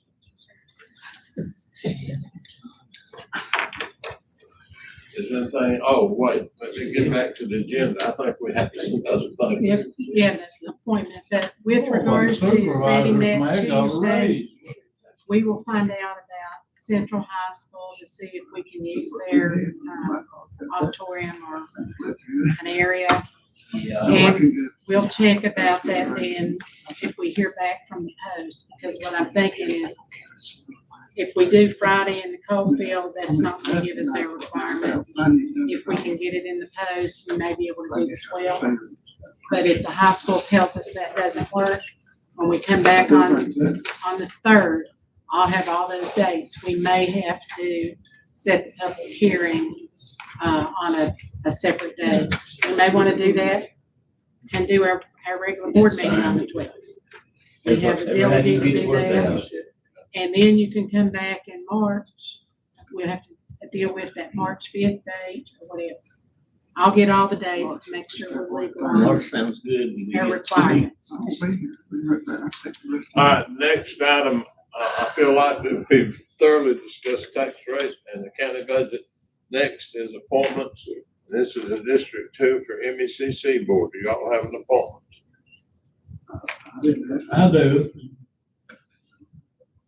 Will you go with Deborah Orr? She, did you talk to her? She got. Teresa has. Well, I've asked people, but she come back and refused it. Deborah Horton. I've got a motion, an appointment from Bob Atkins for Deborah Horton. Steve, you make a second. We got a motion and a second to Deborah Horton for the Mountain Empire Community College Board for District 2. Any discussion? All in favor indicate by saying aye. Aye. Any opposed? Deborah Horton is appointed. Do we need a closed session, Madam Attorney? I don't have anything. No closed session. So we don't have to have the resolution. Board comments. I'll just throw it off. Anybody have anything they want to say? Then I need a motion to recess this meeting to February the 3rd at 10 a.m. here in this conference room. You have the motion. Mr. Atkins made the motion, Mr. Peters made the second. All in favor and second saying aye. Aye. We are recessed. All right, I'm gonna hang